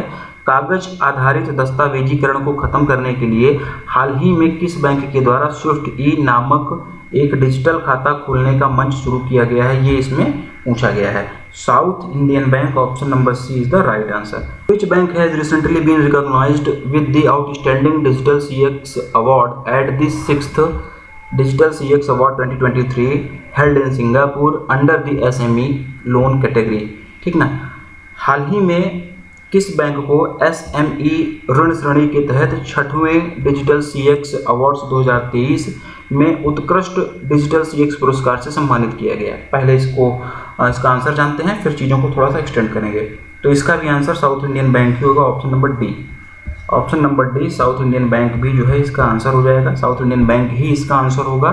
In order to expand its operations and strengthen as the leading energy transition platform in India, how much fund has recently been secured by the AMP Energy India from the SMBC Bank of Japan, Intermediate Capital Group ICG and Asian Infrastructure Investment Bank AIIB?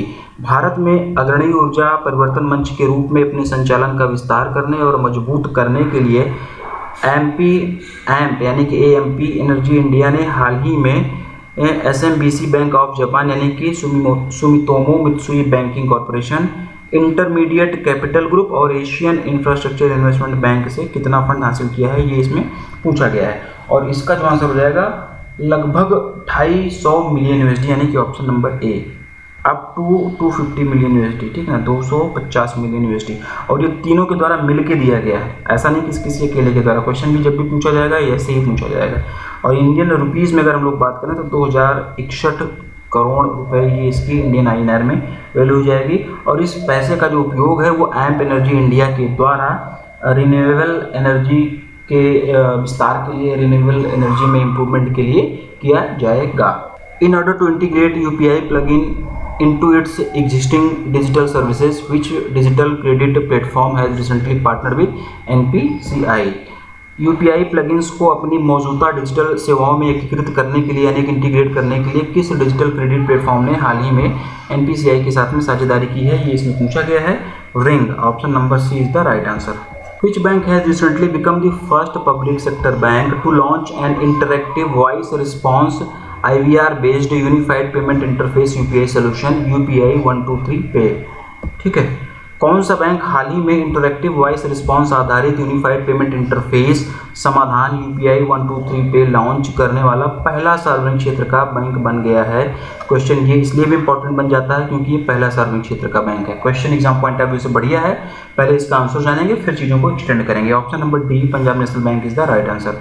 Option number D Punjab national bank जो है वो इसका सही उत्तर हो जाएगा। Punjab national bank इसका सही उत्तर हो जाएगा, ठीक है ना। Decide event of the third meeting of G20 digital economy working group global DPI summit 2023 was recently held in which Indian city?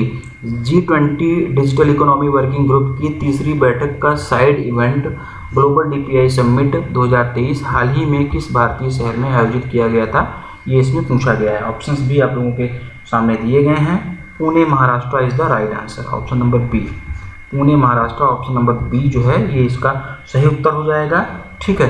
RBI governor Shaktikanta Das has recently launched a financial inclusion dashboard by which name? Question is good. RBI governor Shaktikanta Das ने हाल ही में किस नाम से वित्तीय समावेशन dashboard launch किया है, ठीक है ना। RBI के गवर्नर शक्तिकांत दास जी हैं। इन्होंने ये RBI के कौन से नंबर के गवर्नर हैं ये आप लोग बता दो। और इन्होंने भी हाल ही में फाइनेंशियल इंक्लूजन डैशबोर्ड लॉन्च किया। किस नाम से वो डैशबोर्ड लॉन्च किया ये इसमें पूछा गया है। ऑप्शंस आप लोगों के सामने हैं और इसका जो आंसर हो जाएगा option number B Antardrishti. Option number B Antardrishti is the right answer. In order to introduce India's and world's first spending account which payments bank has recently partnered with Hubble Money, a Bengaluru based fintech company? Bharat और दुनिया के पहले व्यय खाते को पेश करने के लिए किस भुगतान बैंक ने हाल ही में बेंगलुरु स्थित फिनटेक कंपनी हबल मनी के साथ में साझेदारी की है? इसका आंसर जानते हैं। Option number C Fino payment bank इसका आंसर होगा। Option number C Fino payment bank जो है वो इसका आंसर हो जाएगा। According to the data released by the MFIN microfinance institutions network, the gross loan portfolio of the microfinance industry increased by how much percentage in financial year 23? ठीक है, एमफिन द्वारा जारी आंकड़ों के अनुसार वित्त वर्ष 2023 में माइक्रोफाइनेंस उद्योग के सकल ऋण पोर्टफोलियो में कितने प्रतिशत की वृद्धि हुई है? Option number A 22% is the right answer. Option number A 22% is the right answer. 22% से बढ़कर ये 3.35 लाख करोड़ हो गया है, ठीक है ना, लाख करोड़ रुपये हो गया है। ये लगभग 6.6 करोड़ बोरोवर्स को ये लोन दिया गया है, ठीक है, बोरोवर्स को ये लोन जो है दिया गया है। ये चीज़ भी आप लोग याद रखना। Who has recently been honoured with the title of the governor of the year at the central banking awards 2023 in London for his role during कोविड-19, the Russia Ukraine war and the fight against inflation? ठीक है, हाल ही में London में central banking awards 2023 में कोविड-19, रूस Ukraine युद्ध और मुद्रास्फीति के खिलाफ लड़ाई के दौरान उनकी भूमिका के लिए गवर्नर ऑफ द ईयर के खिताब से किसे सम्मानित किया गया है? ठीक है, ऑप्शंस आप लोगों के सामने हैं और इसका जो आंसर हो जाएगा option number D Shaktikanta Das.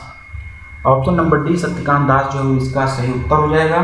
Question exam point of view से बढ़िया है। Which mutual fund company has recently received IRDAI approval to acquire up to 10% of the total paid up equity share capital of ICICI Lombard General Insurance Company Limited through market purchase?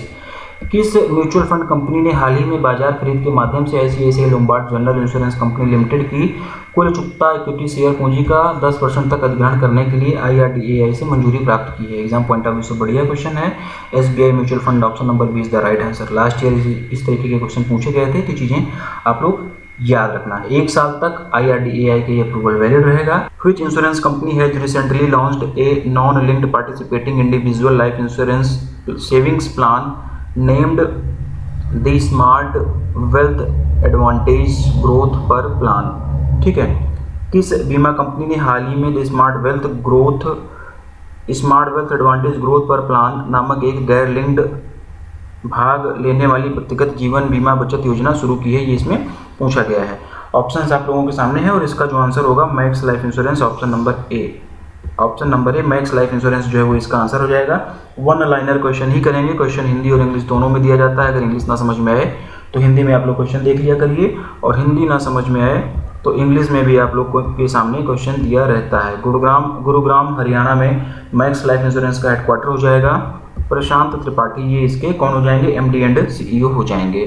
Bombay stock exchange BSE sold its 4.54% stake in centrum depository services limited CSDL for how much amount through a block deal. Bombay stock exchange ने block deal के जरिए central depository services limited यानी कि CDSL में अपनी 4.54% हिस्सेदारी कितनी राशि में बेची है, ये इसमें पूछा है। ठीक है, BSE ने CDSL में अपनी हिस्सेदारी को बेच दिया है। CDSL में अपनी हिस्सेदारी को बेचा है, कितनी हिस्सेदारी को बेचा है, 4.54% का। कितने रुपए में ये बेचा है, ये इसमें पूछा गया है। ऑप्शंस आप लोगों के सामने है और इसका जो आंसर होगा 468 करोड़ रुपए, option number C. Option number C 468 crore rupees इसका आंसर हो जाएगा। Which payment platform has recently launched its new payment gateway for MSME merchant with limited period free onboarding? किस पेमेंट प्लेटफॉर्म ने हाल ही में MSME व्यापारियों के लिए लिमिटेड पीरियड फ्री ऑनबोर्डिंग के साथ अपना नया पेमेंट गेटवे लॉन्च किया है, ये इसमें पूछा गया है। ऑप्शंस आप लोगों के सामने दिए गए हैं। इसका जो आंसर होगा ऑप्शन नंबर बी फ़ोन पे। ऑप्शन नंबर बी फ़ोन पे जो है वो इसका आंसर हो जाएगा। ठीक है, फ़ोन पे ने अभी हाल ही में नए MSMEs के लिए फ्री ऑन बोर्डिंग के साथ में अपना पेमेंट गेटवे लॉन्च किया हुआ है। कोई भी हिडन चार्जेस नहीं लगेंगे, पूरी तरीके से ये फ्री रहेगा। और ये जो लॉन्च किया गया है न्यू MSMEs के लिए लॉन्च किया गया है। क्या लॉन्च किया गया है, पेमेंट गेटवे लॉन्च किया गया है। लिमिटेड पीरियड के लिए फ्री ऑन बोर्डिंग है, कुछ निश्चित समय के लिए फ्री ऑन बोर्डिंग रहेगी, उसके बाद में कुछ ना कुछ चार्जेस वगैरह लगेंगे। तो ऑप्शन नंबर बी फ़ोन पे is the right answer. In order to provide interest up to 7% like fixed deposit to current and saving accounts holder, which bank has recently launched a facility named Active Money और Flexi Fixed Deposit? चालू बचत खाता धारकों को सावधि जमा की तरह 7% तक का ब्याज प्रदान करने के लिए किस बैंक ने हाल ही में एक्टिव मनी या फिर फ्लेक्सी सावधि जमा नामक सुविधा शुरू की है, ये इसमें पूछा गया है। और इसका जो आंसर होगा, इसका आंसर हो जाएगा option number D Kotak Mahindra bank. Option number D Kotak Mahindra bank इसका आंसर होगा। क्वेश्चन को थोड़ा सा एक्सटेंड करेंगे, थोड़ा सा इसके बारे में जानेंगे। सबसे पहले तो इस फैसिलिटी का नाम याद रखना, एक्टिव मनी। इसी को हम लोग फ्लेक्सी फिक्स डिपॉजिट के नाम से भी जानेंगे। तो एक्टिव मनी किसके द्वारा लॉन्च की गई, कोटक महिंद्रा के द्वारा। इस तरीके से इसको आप लोग याद कर लेना। और इस फैसिलिटी के तहत में करंट और सेविंग अकाउंट का जो सरप्लस अमाउंट होगा, करंट और सेविंग अकाउंट का जो सरप्लस अमाउंट होगा वो 10,000 रुपये के मल्टीपल में 10,000 रुपये के मल्टीपल में 180 डेज़ के लिए FD कर दिया जाएगा। ठीक ना, 180 डेज़ के लिए FD में कन्वर्ट कर दिया जाएगा। और जब अकाउंट में थ्रेशोल्ड लिमिट से पैसा कम आ जाएगा तो जो ये FD वाला पैसा है जो कि 10,000 के मल्टीपल में FD किया गया था वो फिर से दोबारा अकाउंट में वापस आ जाएगा। तो इस तरीके से आपको इस अकाउंट पर इस सुविधा के साथ साथ 7% तक का इंटरेस्ट रेट, इसमें एनुअल इंटरेस्ट रेट आपको मिलता रहेगा। ठीक है, थ्रेशोल्ड लिमिट क्या होगी करंट और सेविंग अकाउंट की, ये भी जान लेते हैं। तो कोटक महिंद्रा बैंक के करंट अकाउंट की अगर हम लोग थ्रेशोल्ड लिमिट जाने तो ₹50,000 है। ठीक है, और सेविंग सैलरी या फिर 811 सेविंग अकाउंट, सैलरी अकाउंट या फिर 811 अकाउंट ओपनिंग का इनका एक नंबर है ना, 811 अकाउंट भी ओपन करते हैं ये। तो इसकी जो थ्रेशोल्ड लिमिट है वो है 25,000 रुपये। ठीक है ना, तो इससे ज़्यादा अगर आपके अकाउंट में पैसा रहेगा तो 10,000 के मल्टीपल में उसको जो है FD कर दिया जाएगा और आपको 7% उसमें आपको इंटरेस्ट मिलेगा। जैसे ही इससे कम पैसा होगा वो पैसा तुरंत इसमें वापस आ जाएगा। ठीक है, तो इस तरीके से ये काम करेगा। ये पूरी की पूरी मैकेनिज्म है, बहुत ज़्यादा डीप में इसमें और नहीं जाएंगे। एग्जाम ओरिएंटेड चीज़ों को ही हम लोग कवर करते हैं, तो जितनी ज़रूरत होगी एग्जाम क्लियर करने के लिए वो चीज़ें पढ़ेंगे। कोटक महिंद्रा बैंक की यहाँ पर बात हुई है। ठीक है, तो उदय कोटक का नाम आप सबको पता होगा, ये कौन है, इसके MD एंड CEO हैं। ठीक है, मुंबई महाराष्ट्र आप लोग सब जानते हैं ये क्या है, ये इसका हेडक्वार्टर है यहाँ पर।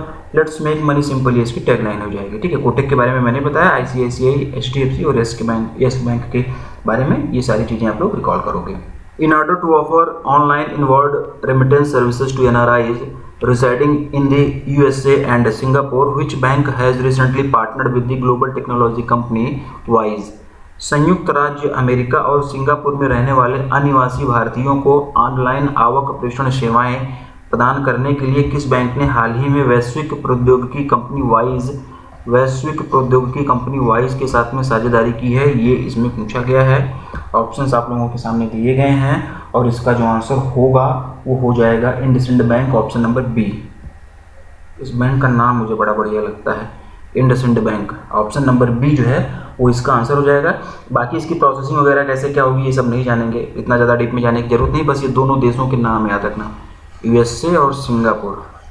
USA और सिंगापुर के जो NRIs हैं उनको इंडसइंड बैंक के द्वारा online inward remittance services provide की जाएगी और इसके लिए इंडसइंड बैंक ने वॉइस के साथ में पार्टनरशिप किया हुआ है। वॉइस क्या है? वॉइस जो है वो ग्लोबल टेक्नोलॉजी कंपनी है, ठीक है।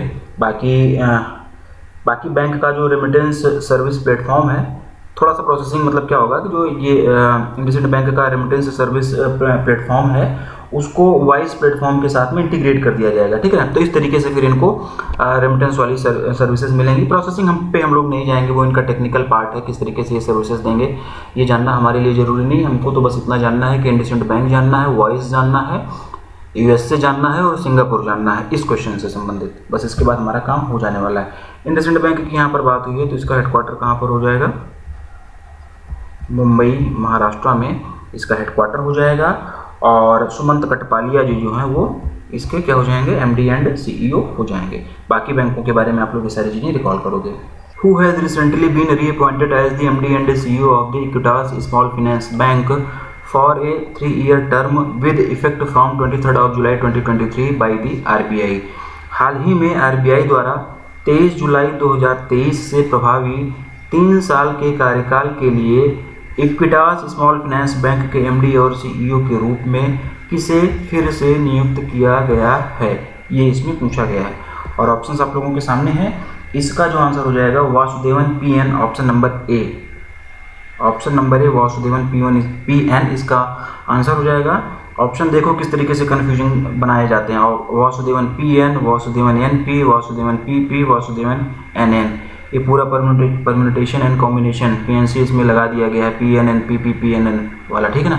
तो कुल मिला के ऑप्शन नंबर A इसका आंसर हो जाएगा वासुदेवन PN, ठीक है।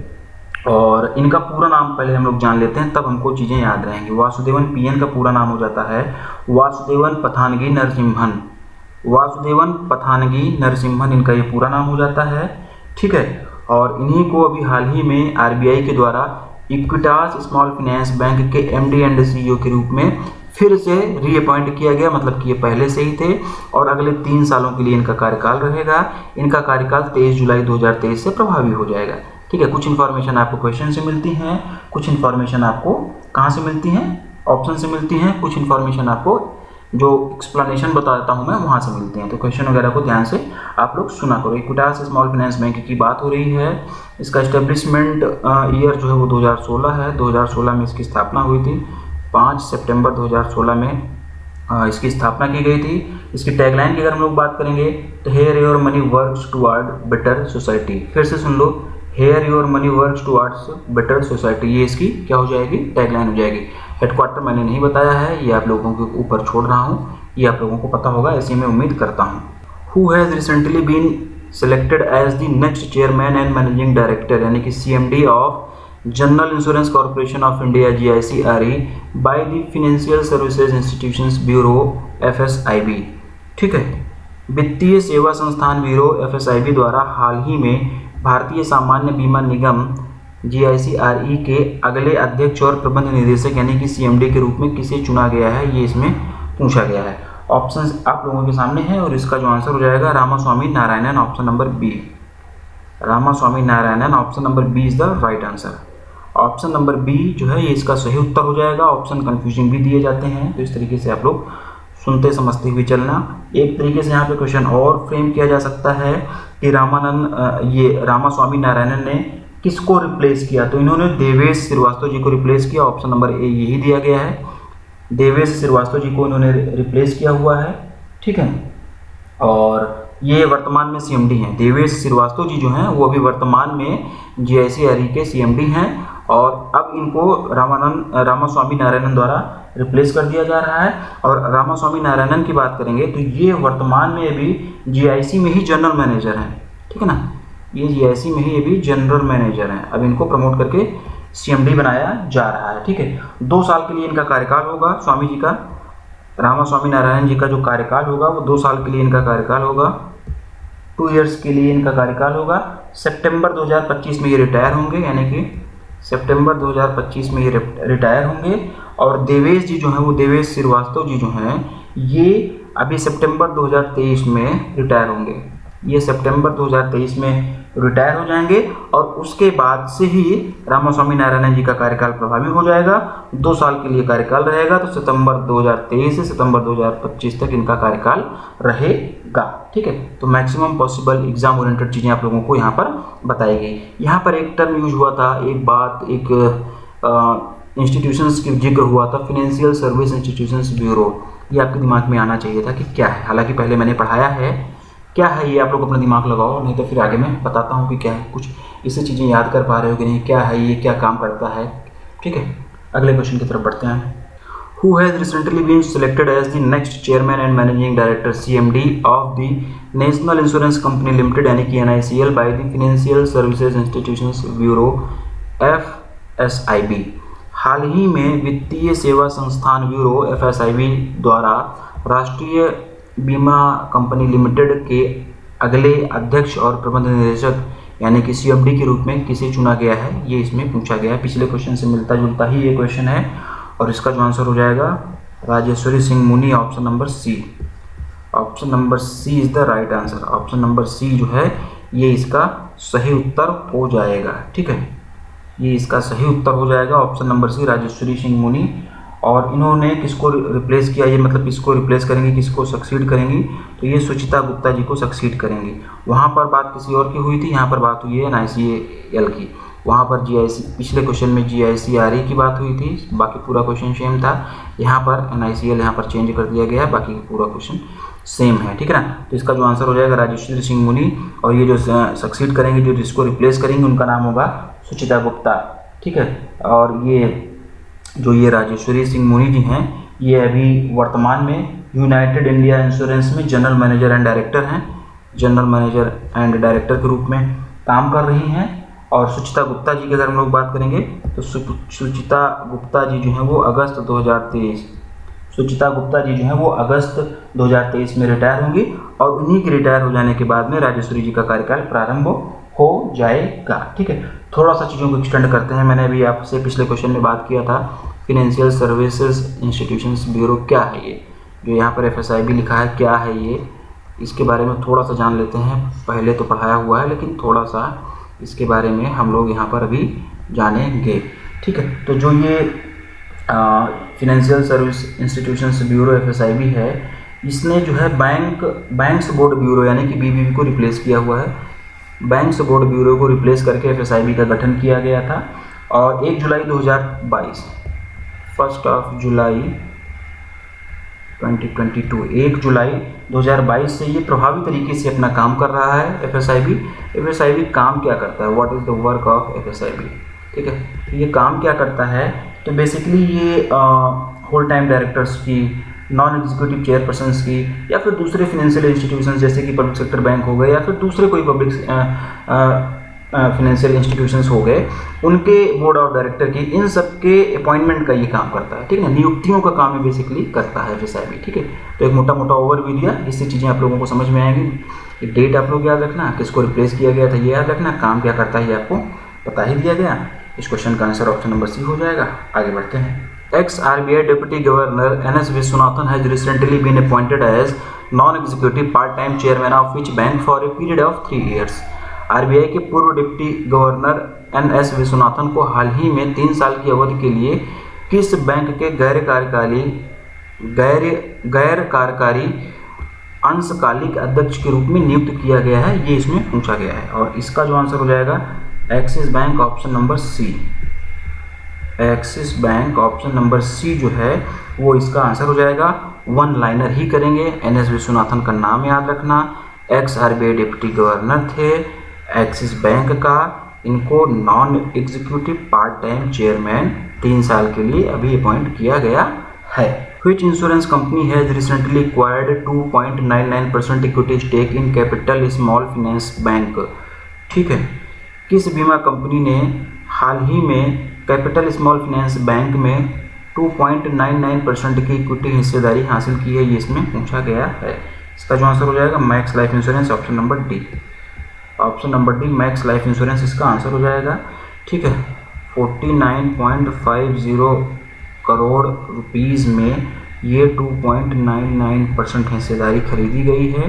किसके द्वारा खरीदी गई है? मैक्स लाइफ इंश्योरेंस के द्वारा। किस में खरीदी गई है? कैपिटल स्मॉल फाइनेंस बैंक में। ये परसेंटेज याद रखना, 2.99% कैपिटल स्मॉल फाइनेंस बैंक में हिस्सेदारी खरीदी गई है। मैक्स लाइफ इंश्योरेंस के द्वारा खरीदी गई है। 49.50 करोड़ रुपीज़ में ये खरीदी गई है। ठीक है। Which country has recently signed an MOU with the Department of the Economic Affairs, Ministry of Finance on Fintech cooperation? हाल ही में किस देश ने फिनटेक सहयोग पर वित्त मंत्रालय के आर्थिक मामलों के विभाग के साथ में एक समझौता ज्ञापन पर हस्ताक्षर किया है, ये इसमें पूछा गया है। ठीक है, और इसका जो आंसर होगा option number C Philippines. Option number C Philippines इसका आंसर हो जाएगा। फिलीपींस ने भी हाल ही में डिपार्टमेंट ऑफ इकोनॉमिक अफेयर्स जो कि मिनिस्ट्री ऑफ फाइनेंस के अंतर्गत आता है, उसके साथ में एक MOU साइन किया हुआ है। क्यों किया हुआ है? फिनटेक कोऑपरेशन पे। ठीक है ना, फिनटेक सहयोग पर काम करने के लिए ये जो है MOU साइन किया गया है। Which bank has recently launched 4 bank account scheme to benefit women, pensioner and cooperative housing societies? हाल ही में किस बैंक ने महिलाओं, पेंशन भोगियों और सहकारी आवास समितियों को लाभ पहुंचाने के लिए 4 बैंक बचत खाता योजनाएं शुरू की हैं, ये इसमें पूछा गया है। और इसका जो आंसर होगा Union Bank of India, option number D. Option number D Union Bank of India इसका आंसर हो जाएगा। Who has recently been appointed as the deputy governor of the Reserve Bank of India? हाल ही में भारतीय Reserve Bank के deputy governor के रूप में किसे नियुक्त किया गया, ये इसमें पूछा गया है। ठीक है, ये question exam point of view से बढ़िया है। ठीक है, option number A Swaminathan Janaki Raman, ये इसका आंसर होगा। Option number A Swaminathan Janaki Raman, ये इसका आंसर हो जाएगा। स्वामीनाथन जानकी रमन जी को अभी हाल ही में RBI के डिप्टी गवर्नर के रूप में अपॉइंट किया गया है। Who has recently been appointed as the chairman of the Gujarat international finance tech city यानी कि गिफ्ट सिटी लिमिटेड? हाल ही में Gujarat international finance tech city company limited, gift city limited के अध्यक्ष के रूप में किसे नियुक्त किया गया है, ये इसमें पूछा गया है। और इसका जो आंसर हो जाएगा Hasmukh Adhia, option number B. Option number B Hasmukh Adhia इसका आंसर हो जाएगा। How much additional loan support has recently been approved by the World Bank for the resilient Kerala program? हाल ही में विश्व बैंक द्वारा रेजिलिएंट केरला प्रोग्राम के लिए कितनी अतिरिक्त ऋण सहायता स्वीकृत की गई है, ये इसमें पूछा गया है। ऑप्शंस आप लोगों के सामने दिए गए हैं। इसका जो आंसर हो जाएगा 150 मिलियन USD, ऑप्शन नंबर ए। ऑप्शन नंबर ए 150 मिलियन USD, ये इसका आंसर हो जाएगा। Which bank has recently become the first private sector bank to launch OneView, a new age multi-bank aggregator feature? हाल ही में कौन सा बैंक नए जमाने का multi bank aggregator feature OneView launch करने वाला पहला निजी क्षेत्र का बैंक बन गया है, ये इसमें पूछा गया है। क्वेश्चन बढ़िया है। और पहले इसका आंसर जानते हैं। Option number C axis bank इसका आंसर होगा।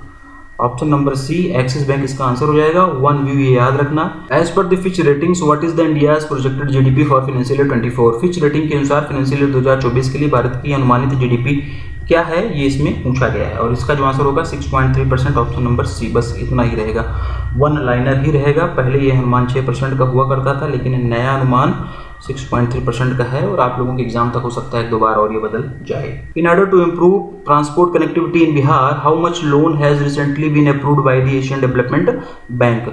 बिहार में परिवहन कनेक्टिविटी को बेहतर बनाने के लिए एशियाई विकास बैंक ने भी हाल ही में कितना ऋण स्वीकृत किया है, ये इसमें पूछा गया है।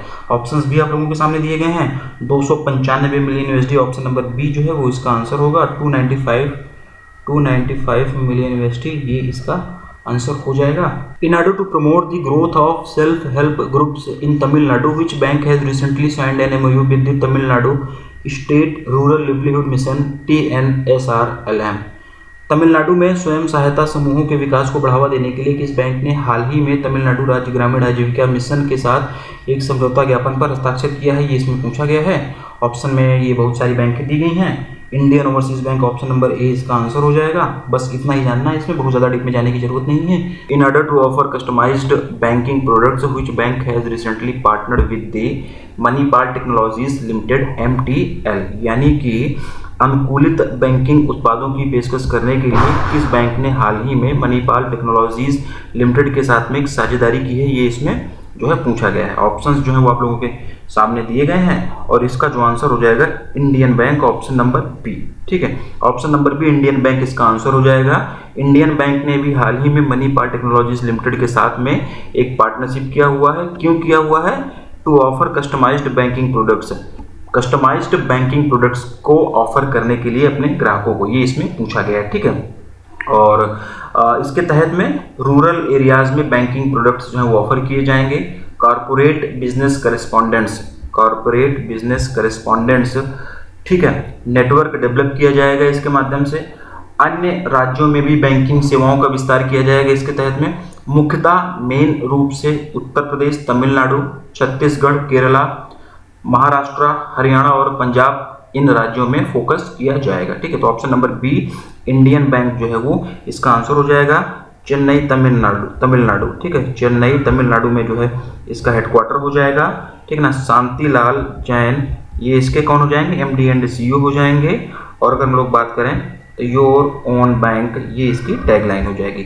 इंडियन बैंक के बारे में मैंने बता दिया, बाकी ऑप्शन ये और जो भी बैंक की दी गई हैं इनके बारे में आप लोग ये सारी चीजें रिकॉल करना। अगले क्वेश्चन की तरफ बढ़ेंगे। How much percentage of stake has recently been sold by the LIC in NMDC limited, formerly national mineral development corporation, for around ₹649 crore. ठीक है, हाल ही में LIC द्वारा NMDC लिमिटेड में लगभग 649 करोड़ रुपए में कितनी प्रतिशत हिस्सेदारी बेची गई है, ये इसमें पूछा गया है। ऑप्शंस आप लोगों के सामने हैं और इसका जो आंसर हो जाएगा 2.07%, option number D. 2.07%, option number D जो है ये इसका आंसर हो जाएगा। 14 मार्च से 20 जून के बीच में ये हिस्सेदारी 649 करोड़ रुपए में, ये भी याद रखना आप लोग, 649 करोड़ रुपए में बेची गई। और अब इसके बाद LIC की NDMC में शेयर होल्डिंग्स जो है वो 11.69% से घटकर 9.62% हो गई है, क्योंकि इसने अपनी हिस्सेदारी बेच दी। पहली हिस्सेदारी इतनी थी, इतनी हिस्सेदारी बेच दी, इतनी हिस्सेदारी बची। किसकी? किसमें? LIC की NDMC लिमिटेड में। ये क्वेश्चन भी पूछा जाता है। ठीक है, तो ये चीज़ आप लोग ध्यान में रखना। In order to improve the quality of technical education and expand career opportunities for students in India, how much amount of loan has recently been approved by the World Bank? World Bank के द्वारा भारत में तकनीकी शिक्षा की गुणवत्ता में सुधार और छात्रों के लिए करियर के अवसरों का विस्तार करने के लिए विश्व बैंक ने हाल ही में कितनी राशि के ऋण को मंजूरी दी है, ये इसमें पूछा गया है। लोन अमाउंट के क्वेश्चंस एग्जाम में पूछे जाते हैं, चीजें आप लोग याद रखना। 255.5 million USD, option number A is the right answer. Option number ए जो है ये इसका सही उत्तर हो जाएगा। वर्ल्ड बैंक की लैंडिंग आर्म IBRD, ठीक है ना। IBRD का फुल फॉर्म आप लोगों को पता होगा। अभी इसका हेडक्वार्टर पूछा गया था एक एग्जाम में और मैं पहले कई बार बता चुका हूं कि IBRD का हेडक्वार्टर कहाँ है, तो ये चीज़ आप लोग रिकॉल करो। ठीक है ना। फिर से सुनो आप लोग, वर्ल्ड बैंक की जो लैंडिंग आर्म्स है, यानी कि जिसके माध्यम से वर्ल्ड बैंक लोन देता है, उसके द्वारा यानी कि IBRD के द्वारा ये लोन जो है 14 साल के लिए दिया गया है। 14 ईयर्स के लिए लोन दिया गया है और उसमें 5 ईयर्स का 5 साल का ग्रेस पीरियड भी दिया गया है लोन चुकाने के लिए। क्यों लोन दिया गया है ये क्वेश्चन में ही बता दिया गया है कि to improve the quality of technical education and expand career opportunities for the students in India, यानी कि भारत में टेक्निकल एजुकेशन की क्वालिटी को इम्प्रूव करने के लिए और कैरियर अपॉर्चुनिटीज को और ज़्यादा बढ़ाने के लिए ये लोन दिया गया। लोन अमाउंट का क्वेश्चन है, याद रखना आप लोग। वर्ल्ड बैंक की भी बात हुई है, तो वर्ल्ड बैंक का प्रेसिडेंट अभी हाल ही में किसको बनाया गया, मैं आप लोगों से लगातार बता रहा था, और IDBI एग्जीक्यूटिव वाला जो एग्जाम हुआ था उसमें ये क्वेश्चन आ गया था। ठीक है ना। तो ऐसे ही चीज़ें आती हैं और इस तरीके से आपको ध्यान में सारी चीज़ों को रखना होगा। Option number is the right answer. अगले क्वेश्चन की तरफ बढ़ते हैं। Which bank has recently become India's first public sector bank to introduce the facility of UPI payments to merchant through RuPay credit card in association with NPCI, यानी कि कौन सा bank अभी हाल ही में NPCI की सहयोग से रुपे क्रेडिट कार्ड के माध्यम से व्यापारियों को UPI भुगतान की सुविधा शुरू करने वाला भारत का पहला सार्वजनिक क्षेत्र का बैंक बन गया है। पहला है, इसलिए भी ये क्वेश्चन इंपॉर्टेंट होगा। ऑप्शन जो है वो आप लोगों के सामने दिए गए हैं। इसका जो आंसर होगा Canara bank, option number C. Option number C Canara bank जो है वो इसका आंसर हो जाएगा। ठीक है ना। रुपे क्रेडिट कार्ड के माध्यम से मर्चेंट को यानी कि व्यापारियों को UPI पेमेंट की सुविधा प्रदान करने वाला पहला पब्लिक सेक्टर का बैंक बन गया है। कौन सा? कैनरा बैंक। ये question exam point of view से इंपॉर्टेंट है। NPCI के साथ में एसोसिएशन में ये सुविधा जो दी गई है ये भी यहाँ पर बता दिया गया है आप लोगों को। ठीक है ना। कैनरा बैंक के सुपर बैंकिंग ऐप जिसको कि कैनरा AI1, जिसको कि हम लोग क्या बोलते हैं, कैनरा AI1, ये कैनरा बैंक का सुपर बैंकिंग ऐप है। इस ऐप पर ये सुविधा उपलब्ध होगी। और अभी करंट सिनेरियो की बात करें तो अभी वर्तमान में रुपे क्रेडिट कार्ड के द्वारा केवल मर्चेंट पेमेंट अलाउ किया जाता है, person to person, card to card और कैश आउट ट्रांजैक्शंस की परमिशन नहीं दी जाती है। कैनरा बैंक के बारे में हम बात हो रही है तो हेडक्वार्टर वगैरह हम लोग जानेंगे इसके बारे में। ठीक है ना। बेंगलुरु कर्नाटका इसका हेडक्वार्टर हो जाएगा। KS राजू इसके MD एंड CEO हो जाएंगे। टुगेदर वी कैन जो है ये इसकी क्या हो जाएगी, टैगलाइन हो जाएगी। कैनरा बैंक के बारे में मैंने बताया, bank of India, Indian bank और यूनियन बैंक ऑफ इंडिया के बारे में ये सारी चीजें आप लोग रिकॉल करते हुए इसी टाइम पर चलोगे। How much financial assistance has recently been approved by the World Bank to improve healthcare services and economic opportunities in India's northeastern states of Assam and Tripura? Bharat के पूर्वोत्तर राज्यों आसाम और त्रिपुरा में स्वास्थ्य सेवाओं और आर्थिक अवसरों को बेहतर बनाने के लिए विश्व बैंक द्वारा हाल ही में कितनी वित्तीय सहायता स्वीकृत की गई है, ये इसमें पूछा गया क्वेश्चन। बढ़िया है, लोन अमाउंट का क्वेश्चन है, एग्जाम पॉइंट ऑफ व्यू से इंपॉर्टेंट बनेगा। यहाँ से क्वेश्चन पूछे जाने के पूरे चांसेस हैं। ऑप्शन नंबर ए 391 मिलियन USD इसका आंसर होगा।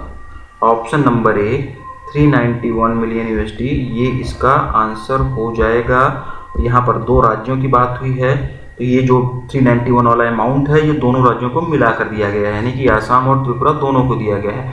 अलग अलग अगर हम लोग इसको सेग्रीगेट करते हैं तो अगर हम लोग बात करें आसाम की तो आसाम को दिया गया है 251 मिलियन USD। ठीक है ना। और अगर हम लोग बात करते हैं त्रिपुरा की तो बचा हुआ जो अमाउंट है वो त्रिपुरा को दिया गया है, यानी कि 140 मिलियन USD। ठीक है। और ये जो 251 मिलियन USD वाला अमाउंट है ये Assam state secondary health care initiative for service delivery transformation project के लिए दिया गया है, यानी कि ASSIST प्रोजेक्ट का नाम है। ये भी पूछा जा सकता है कि कौन से प्रोजेक्ट के लिए दिया गया है ये अमाउंट 251 मिलियन USD। तो फिर से सुन लो आप लोग, Assam state secondary health care initiative for service delivery transformation के लिए ये प्रोजेक्ट का नाम है, इसके लिए दिया गया। हालांकि PDF में आप लोगों को ये सब कुछ आपको लिखा हुआ मिलेगा, वहाँ से एक बार आप पढ़िएगा। और अगर 140 मिलियन USD वाले इस अमाउंट की अगर हम लोग बात करें तो ये जो दिया गया है Tripura rural economic growth and service delivery project के लिए दिया गया है। और ये लोन जो दिया गया है वर्ल्ड बैंक के द्वारा दिया गया है। वर्ल्ड बैंक किसके माध्यम से लोन देता है? IBRD के। IBRD का फुल फॉर्म आप लोगों को पता होगा, मैंने पिछले क्वेश्चन में भी बताया हुआ था। तो IBRD का फुल फॉर्म क्या होगा, इसका हेडक्वार्टर भी एग्जाम में पूछा गया था, ये चीज़ भी आप लोग याद रखना। IBRD के द्वारा ये लोन दिया गया है। कितने साल के लिए लोन दिया गया है? 10.5 साल के लिए। 10.5 साल के लिए ये लोन दिया गया है। इसकी मेच्योरिटी होगी 10.5 साल के लिए। ठीक है ना। और अगर ग्रेस पीरियड की भी बात करें तो इस पर ग्रेस पीरियड भी दिया गया है, मतलब कि कुछ एक्स्ट्रा टाइम भी दिया गया है। 5 ईयर्स का ग्रेस पीरियड दिया गया है।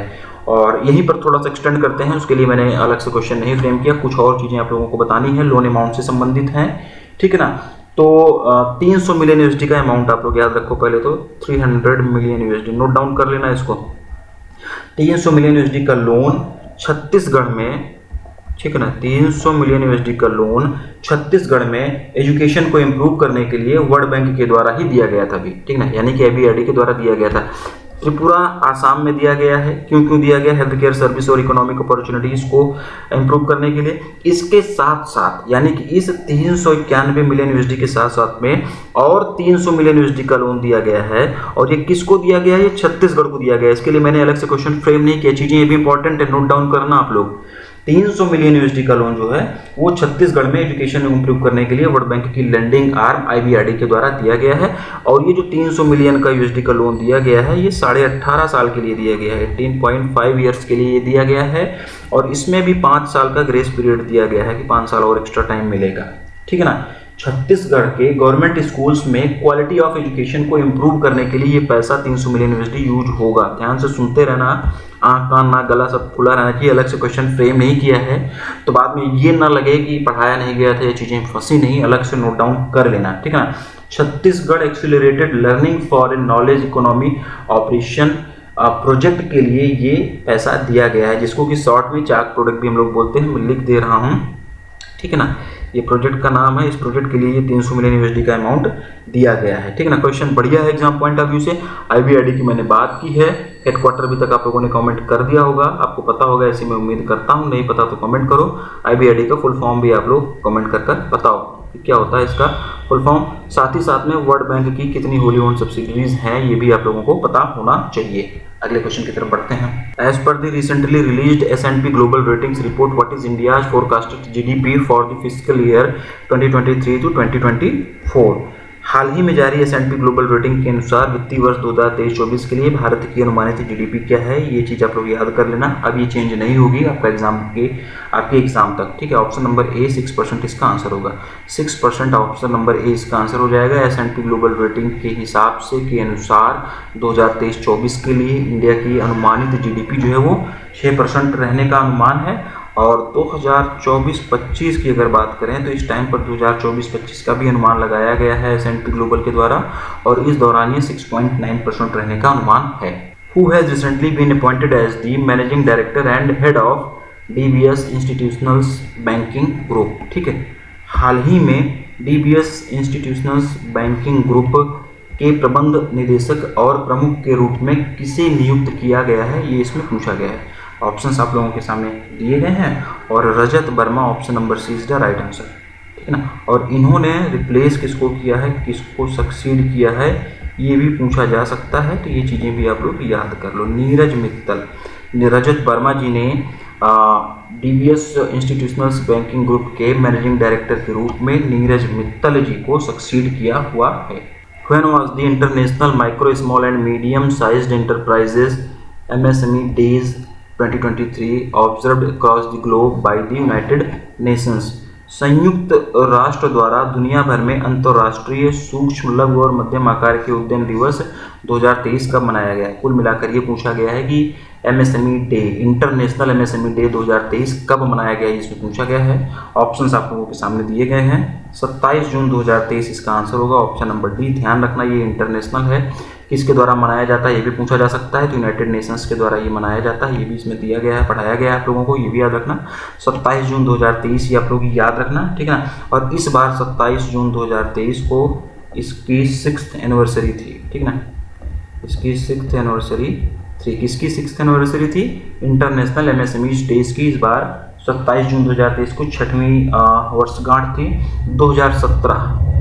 2017 से हर साल 27 जून को ये मनाई जाती है MSME कंट्रीब्यूशंस के बारे में लोगों में अवेयरनेस फैलाने के लिए, ठीक है ना।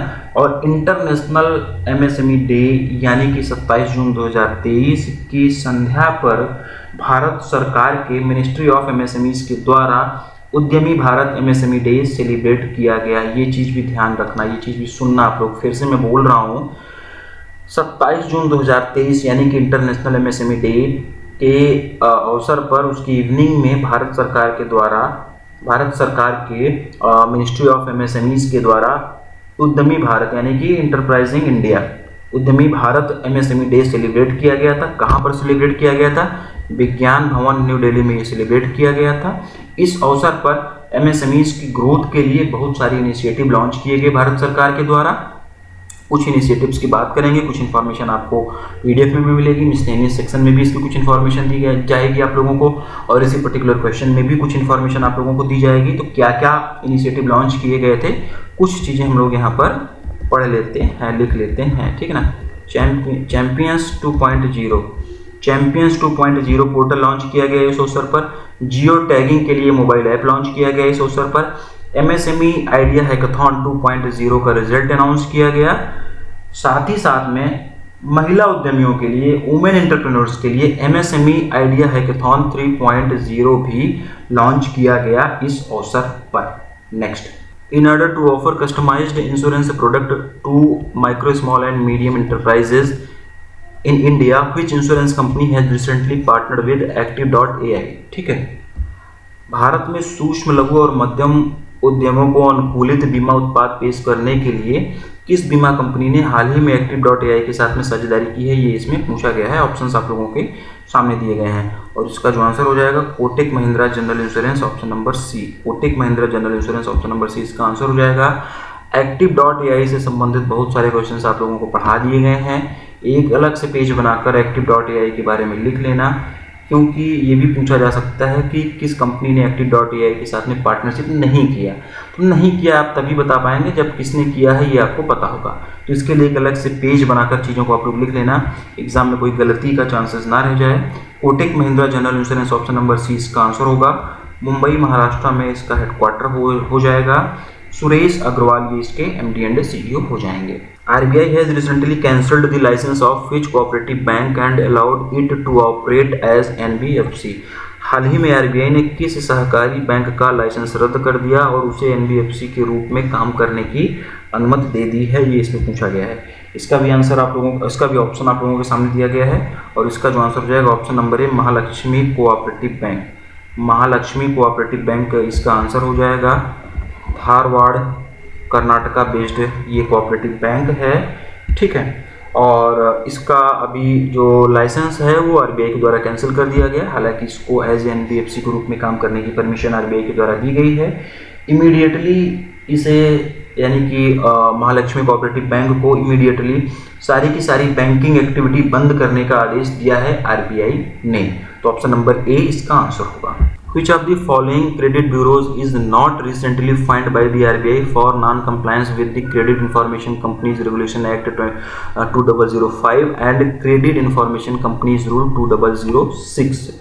क्रेडिट सूचना कंपनी विनियमन अधिनियम 2005 और क्रेडिट सूचना कंपनी नियम 2006 का अनुपालन न करने के लिए RBI द्वारा हाल ही में निम्नलिखित में से किस क्रेडिट ब्यूरो पर जुर्माना नहीं लगाया गया है, ये इसमें पूछा गया है। ठीक है, और इसका जो आंसर हो जाएगा option number D, Moody's corporation limited.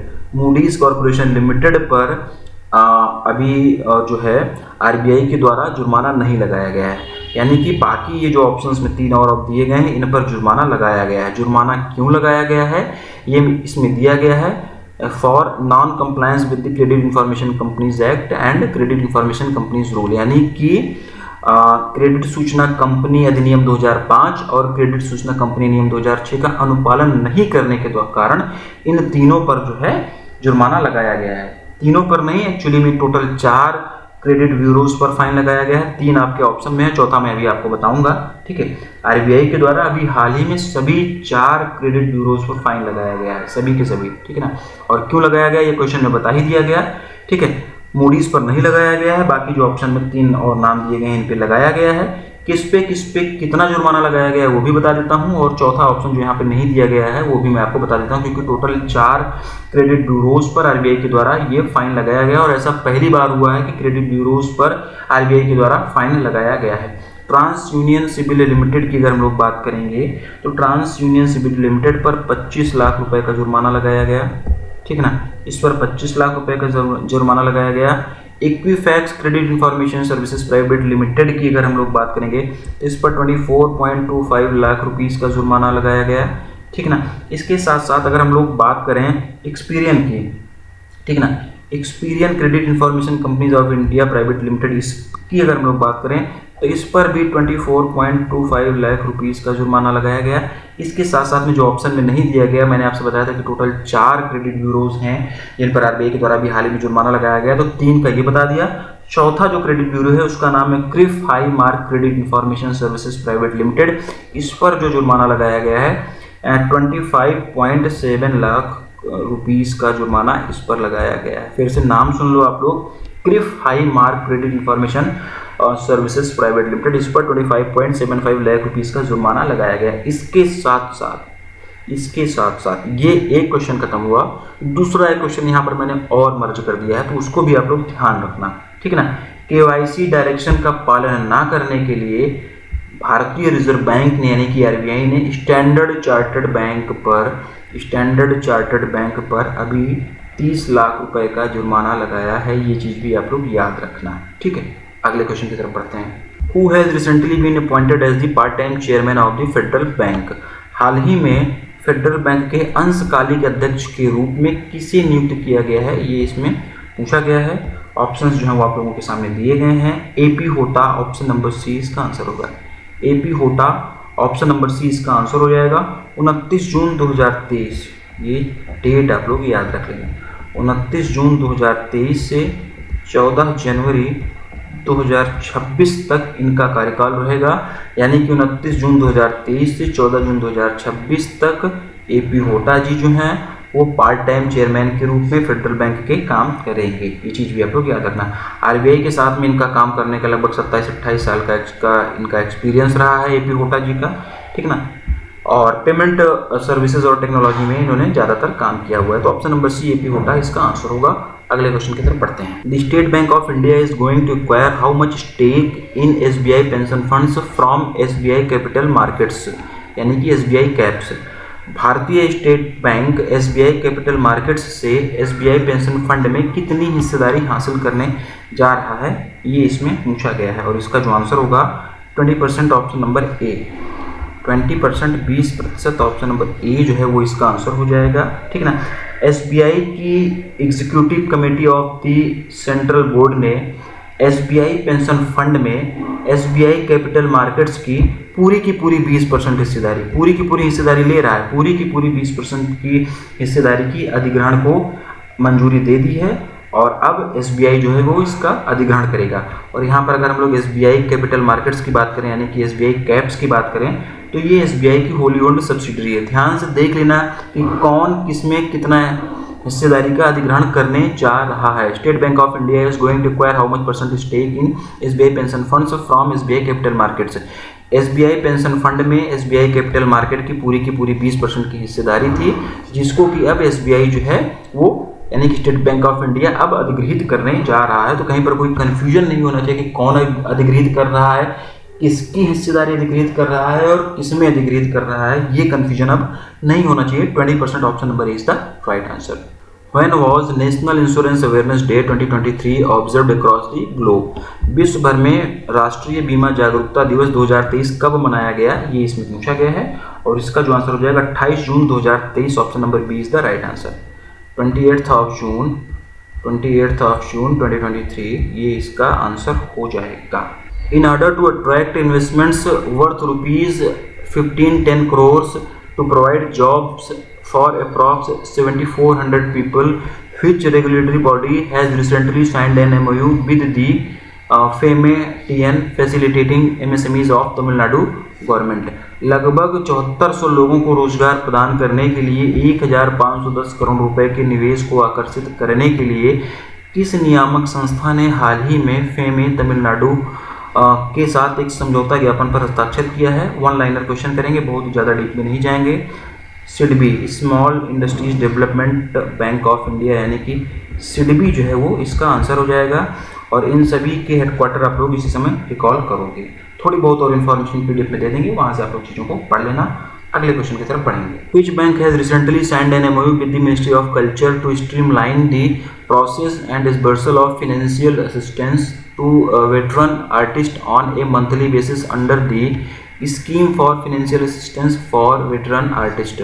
हाल ही में किस बैंक ने दिग्गज कलाकारों के लिए वित्तीय सहायता योजना के तहत मासिक आधार पर अनुभवी कलाकारों को वित्तीय सहायता की प्रक्रिया और वितरण को सुव्यवस्थित करने के लिए संस्कृत मंत्रालय के साथ में एक समझौता ज्ञापन पर हस्ताक्षर किया है, ये इसमें पूछा गया है। ऑप्शंस आप लोगों के सामने है। Canara bank option number B is the right answer, ठीक है ना। Canara bank option number B is the right answer. Question को थोड़ा सा एक्सपांड करते हैं।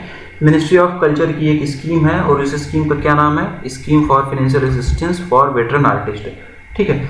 और इस स्कीम के तहत में 60 साल के ऊपर, इस स्कीम के तहत में 60 साल से ऊपर के जो भी आर्टिस्ट और स्कॉलर्स होते हैं जिन्होंने अपनी अपनी फील्ड में अच्छा काम किया होता है, उनको 6,000 रुपये का, उनको 6,000 रुपीज़ का monthly per month financial assistance दिया जाता है गवर्नमेंट के द्वारा, ठीक है ना।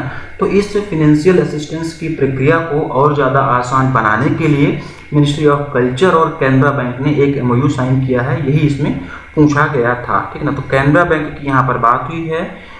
टुगेदर वी कैन इसकी टैगलाइन हो जाएगी। KS राजू ये इसके MD एंड CEO हो जाएंगे। बेंगलुरु कर्नाटका में इसका हेडक्वार्टर हो जाएगा। अगले क्वेश्चन की तरफ बढ़ते हैं। In order to offer 2-in-1 benefits which will provide customers to manage their health and life insurance needs together instead of purchasing separate product for each of them, ICICI Lombard General Insurance and ICICI Prudential Life Insurance have recently launched a combi insurance solutions by which name, ठीक है ना। 2-in-1 लाभ प्रदान करने के लिए जो कि ग्राहकों को प्रत्येक के लिए अलग अलग उत्पाद खरीदने के बजाय अपनी स्वास्थ्य और बीमा आवश्यकताओं को एक साथ प्रबंधित करने की सुविधा प्रदान करेगा। ICICI लोम्बार्ड जनरल इंश्योरेंस और ICICI प्रूडेंशियल लाइफ इंश्योरेंस ने हाल ही में किस नाम से एक कॉम्बी बीमा समाधान लॉन्च किया हुआ है, यानी कि कंबाइंड बीमा समाधान लॉन्च किया है, ये इसमें पूछा गया है। I sealed option number C is the right answer. One liner ही करेंगे। किसने किसने मिलकर लॉन्च किया है ICICI लोम्बार्ड जनरल इंश्योरेंस और ICICI प्रूडेंशियल ने। क्यों किया है ये क्वेश्चन में ही बता दिया। किस नाम से किया है ये पूछा गया था, ये भी आप लोगों को बता दिया गया है, ठीक है। तो ऑप्शन नंबर C आई सील्ड इसका आंसर होगा। अगले क्वेश्चन की तरफ बढ़ते हैं। In order to offer airport lounge access to the RuPay card holders, national payments corporation of India NPCI has recently partnered with which company. RuPay card धारकों को एयरपोर्ट लाउंज की सुविधा प्रदान करने के लिए national payments corporation of India ने हाल ही में किस कंपनी के साथ में साझेदारी की है, ये इसमें पूछा गया है। Priority Pass access India, option number D is the right answer. One liner ही करेंगे। अगला और लास्ट क्वेश्चन देखेंगे हम लोग इस वीडियो का। Which bank has recently inaugurated its centralised pool buy out and co lending cells in its headquarter in Mumbai.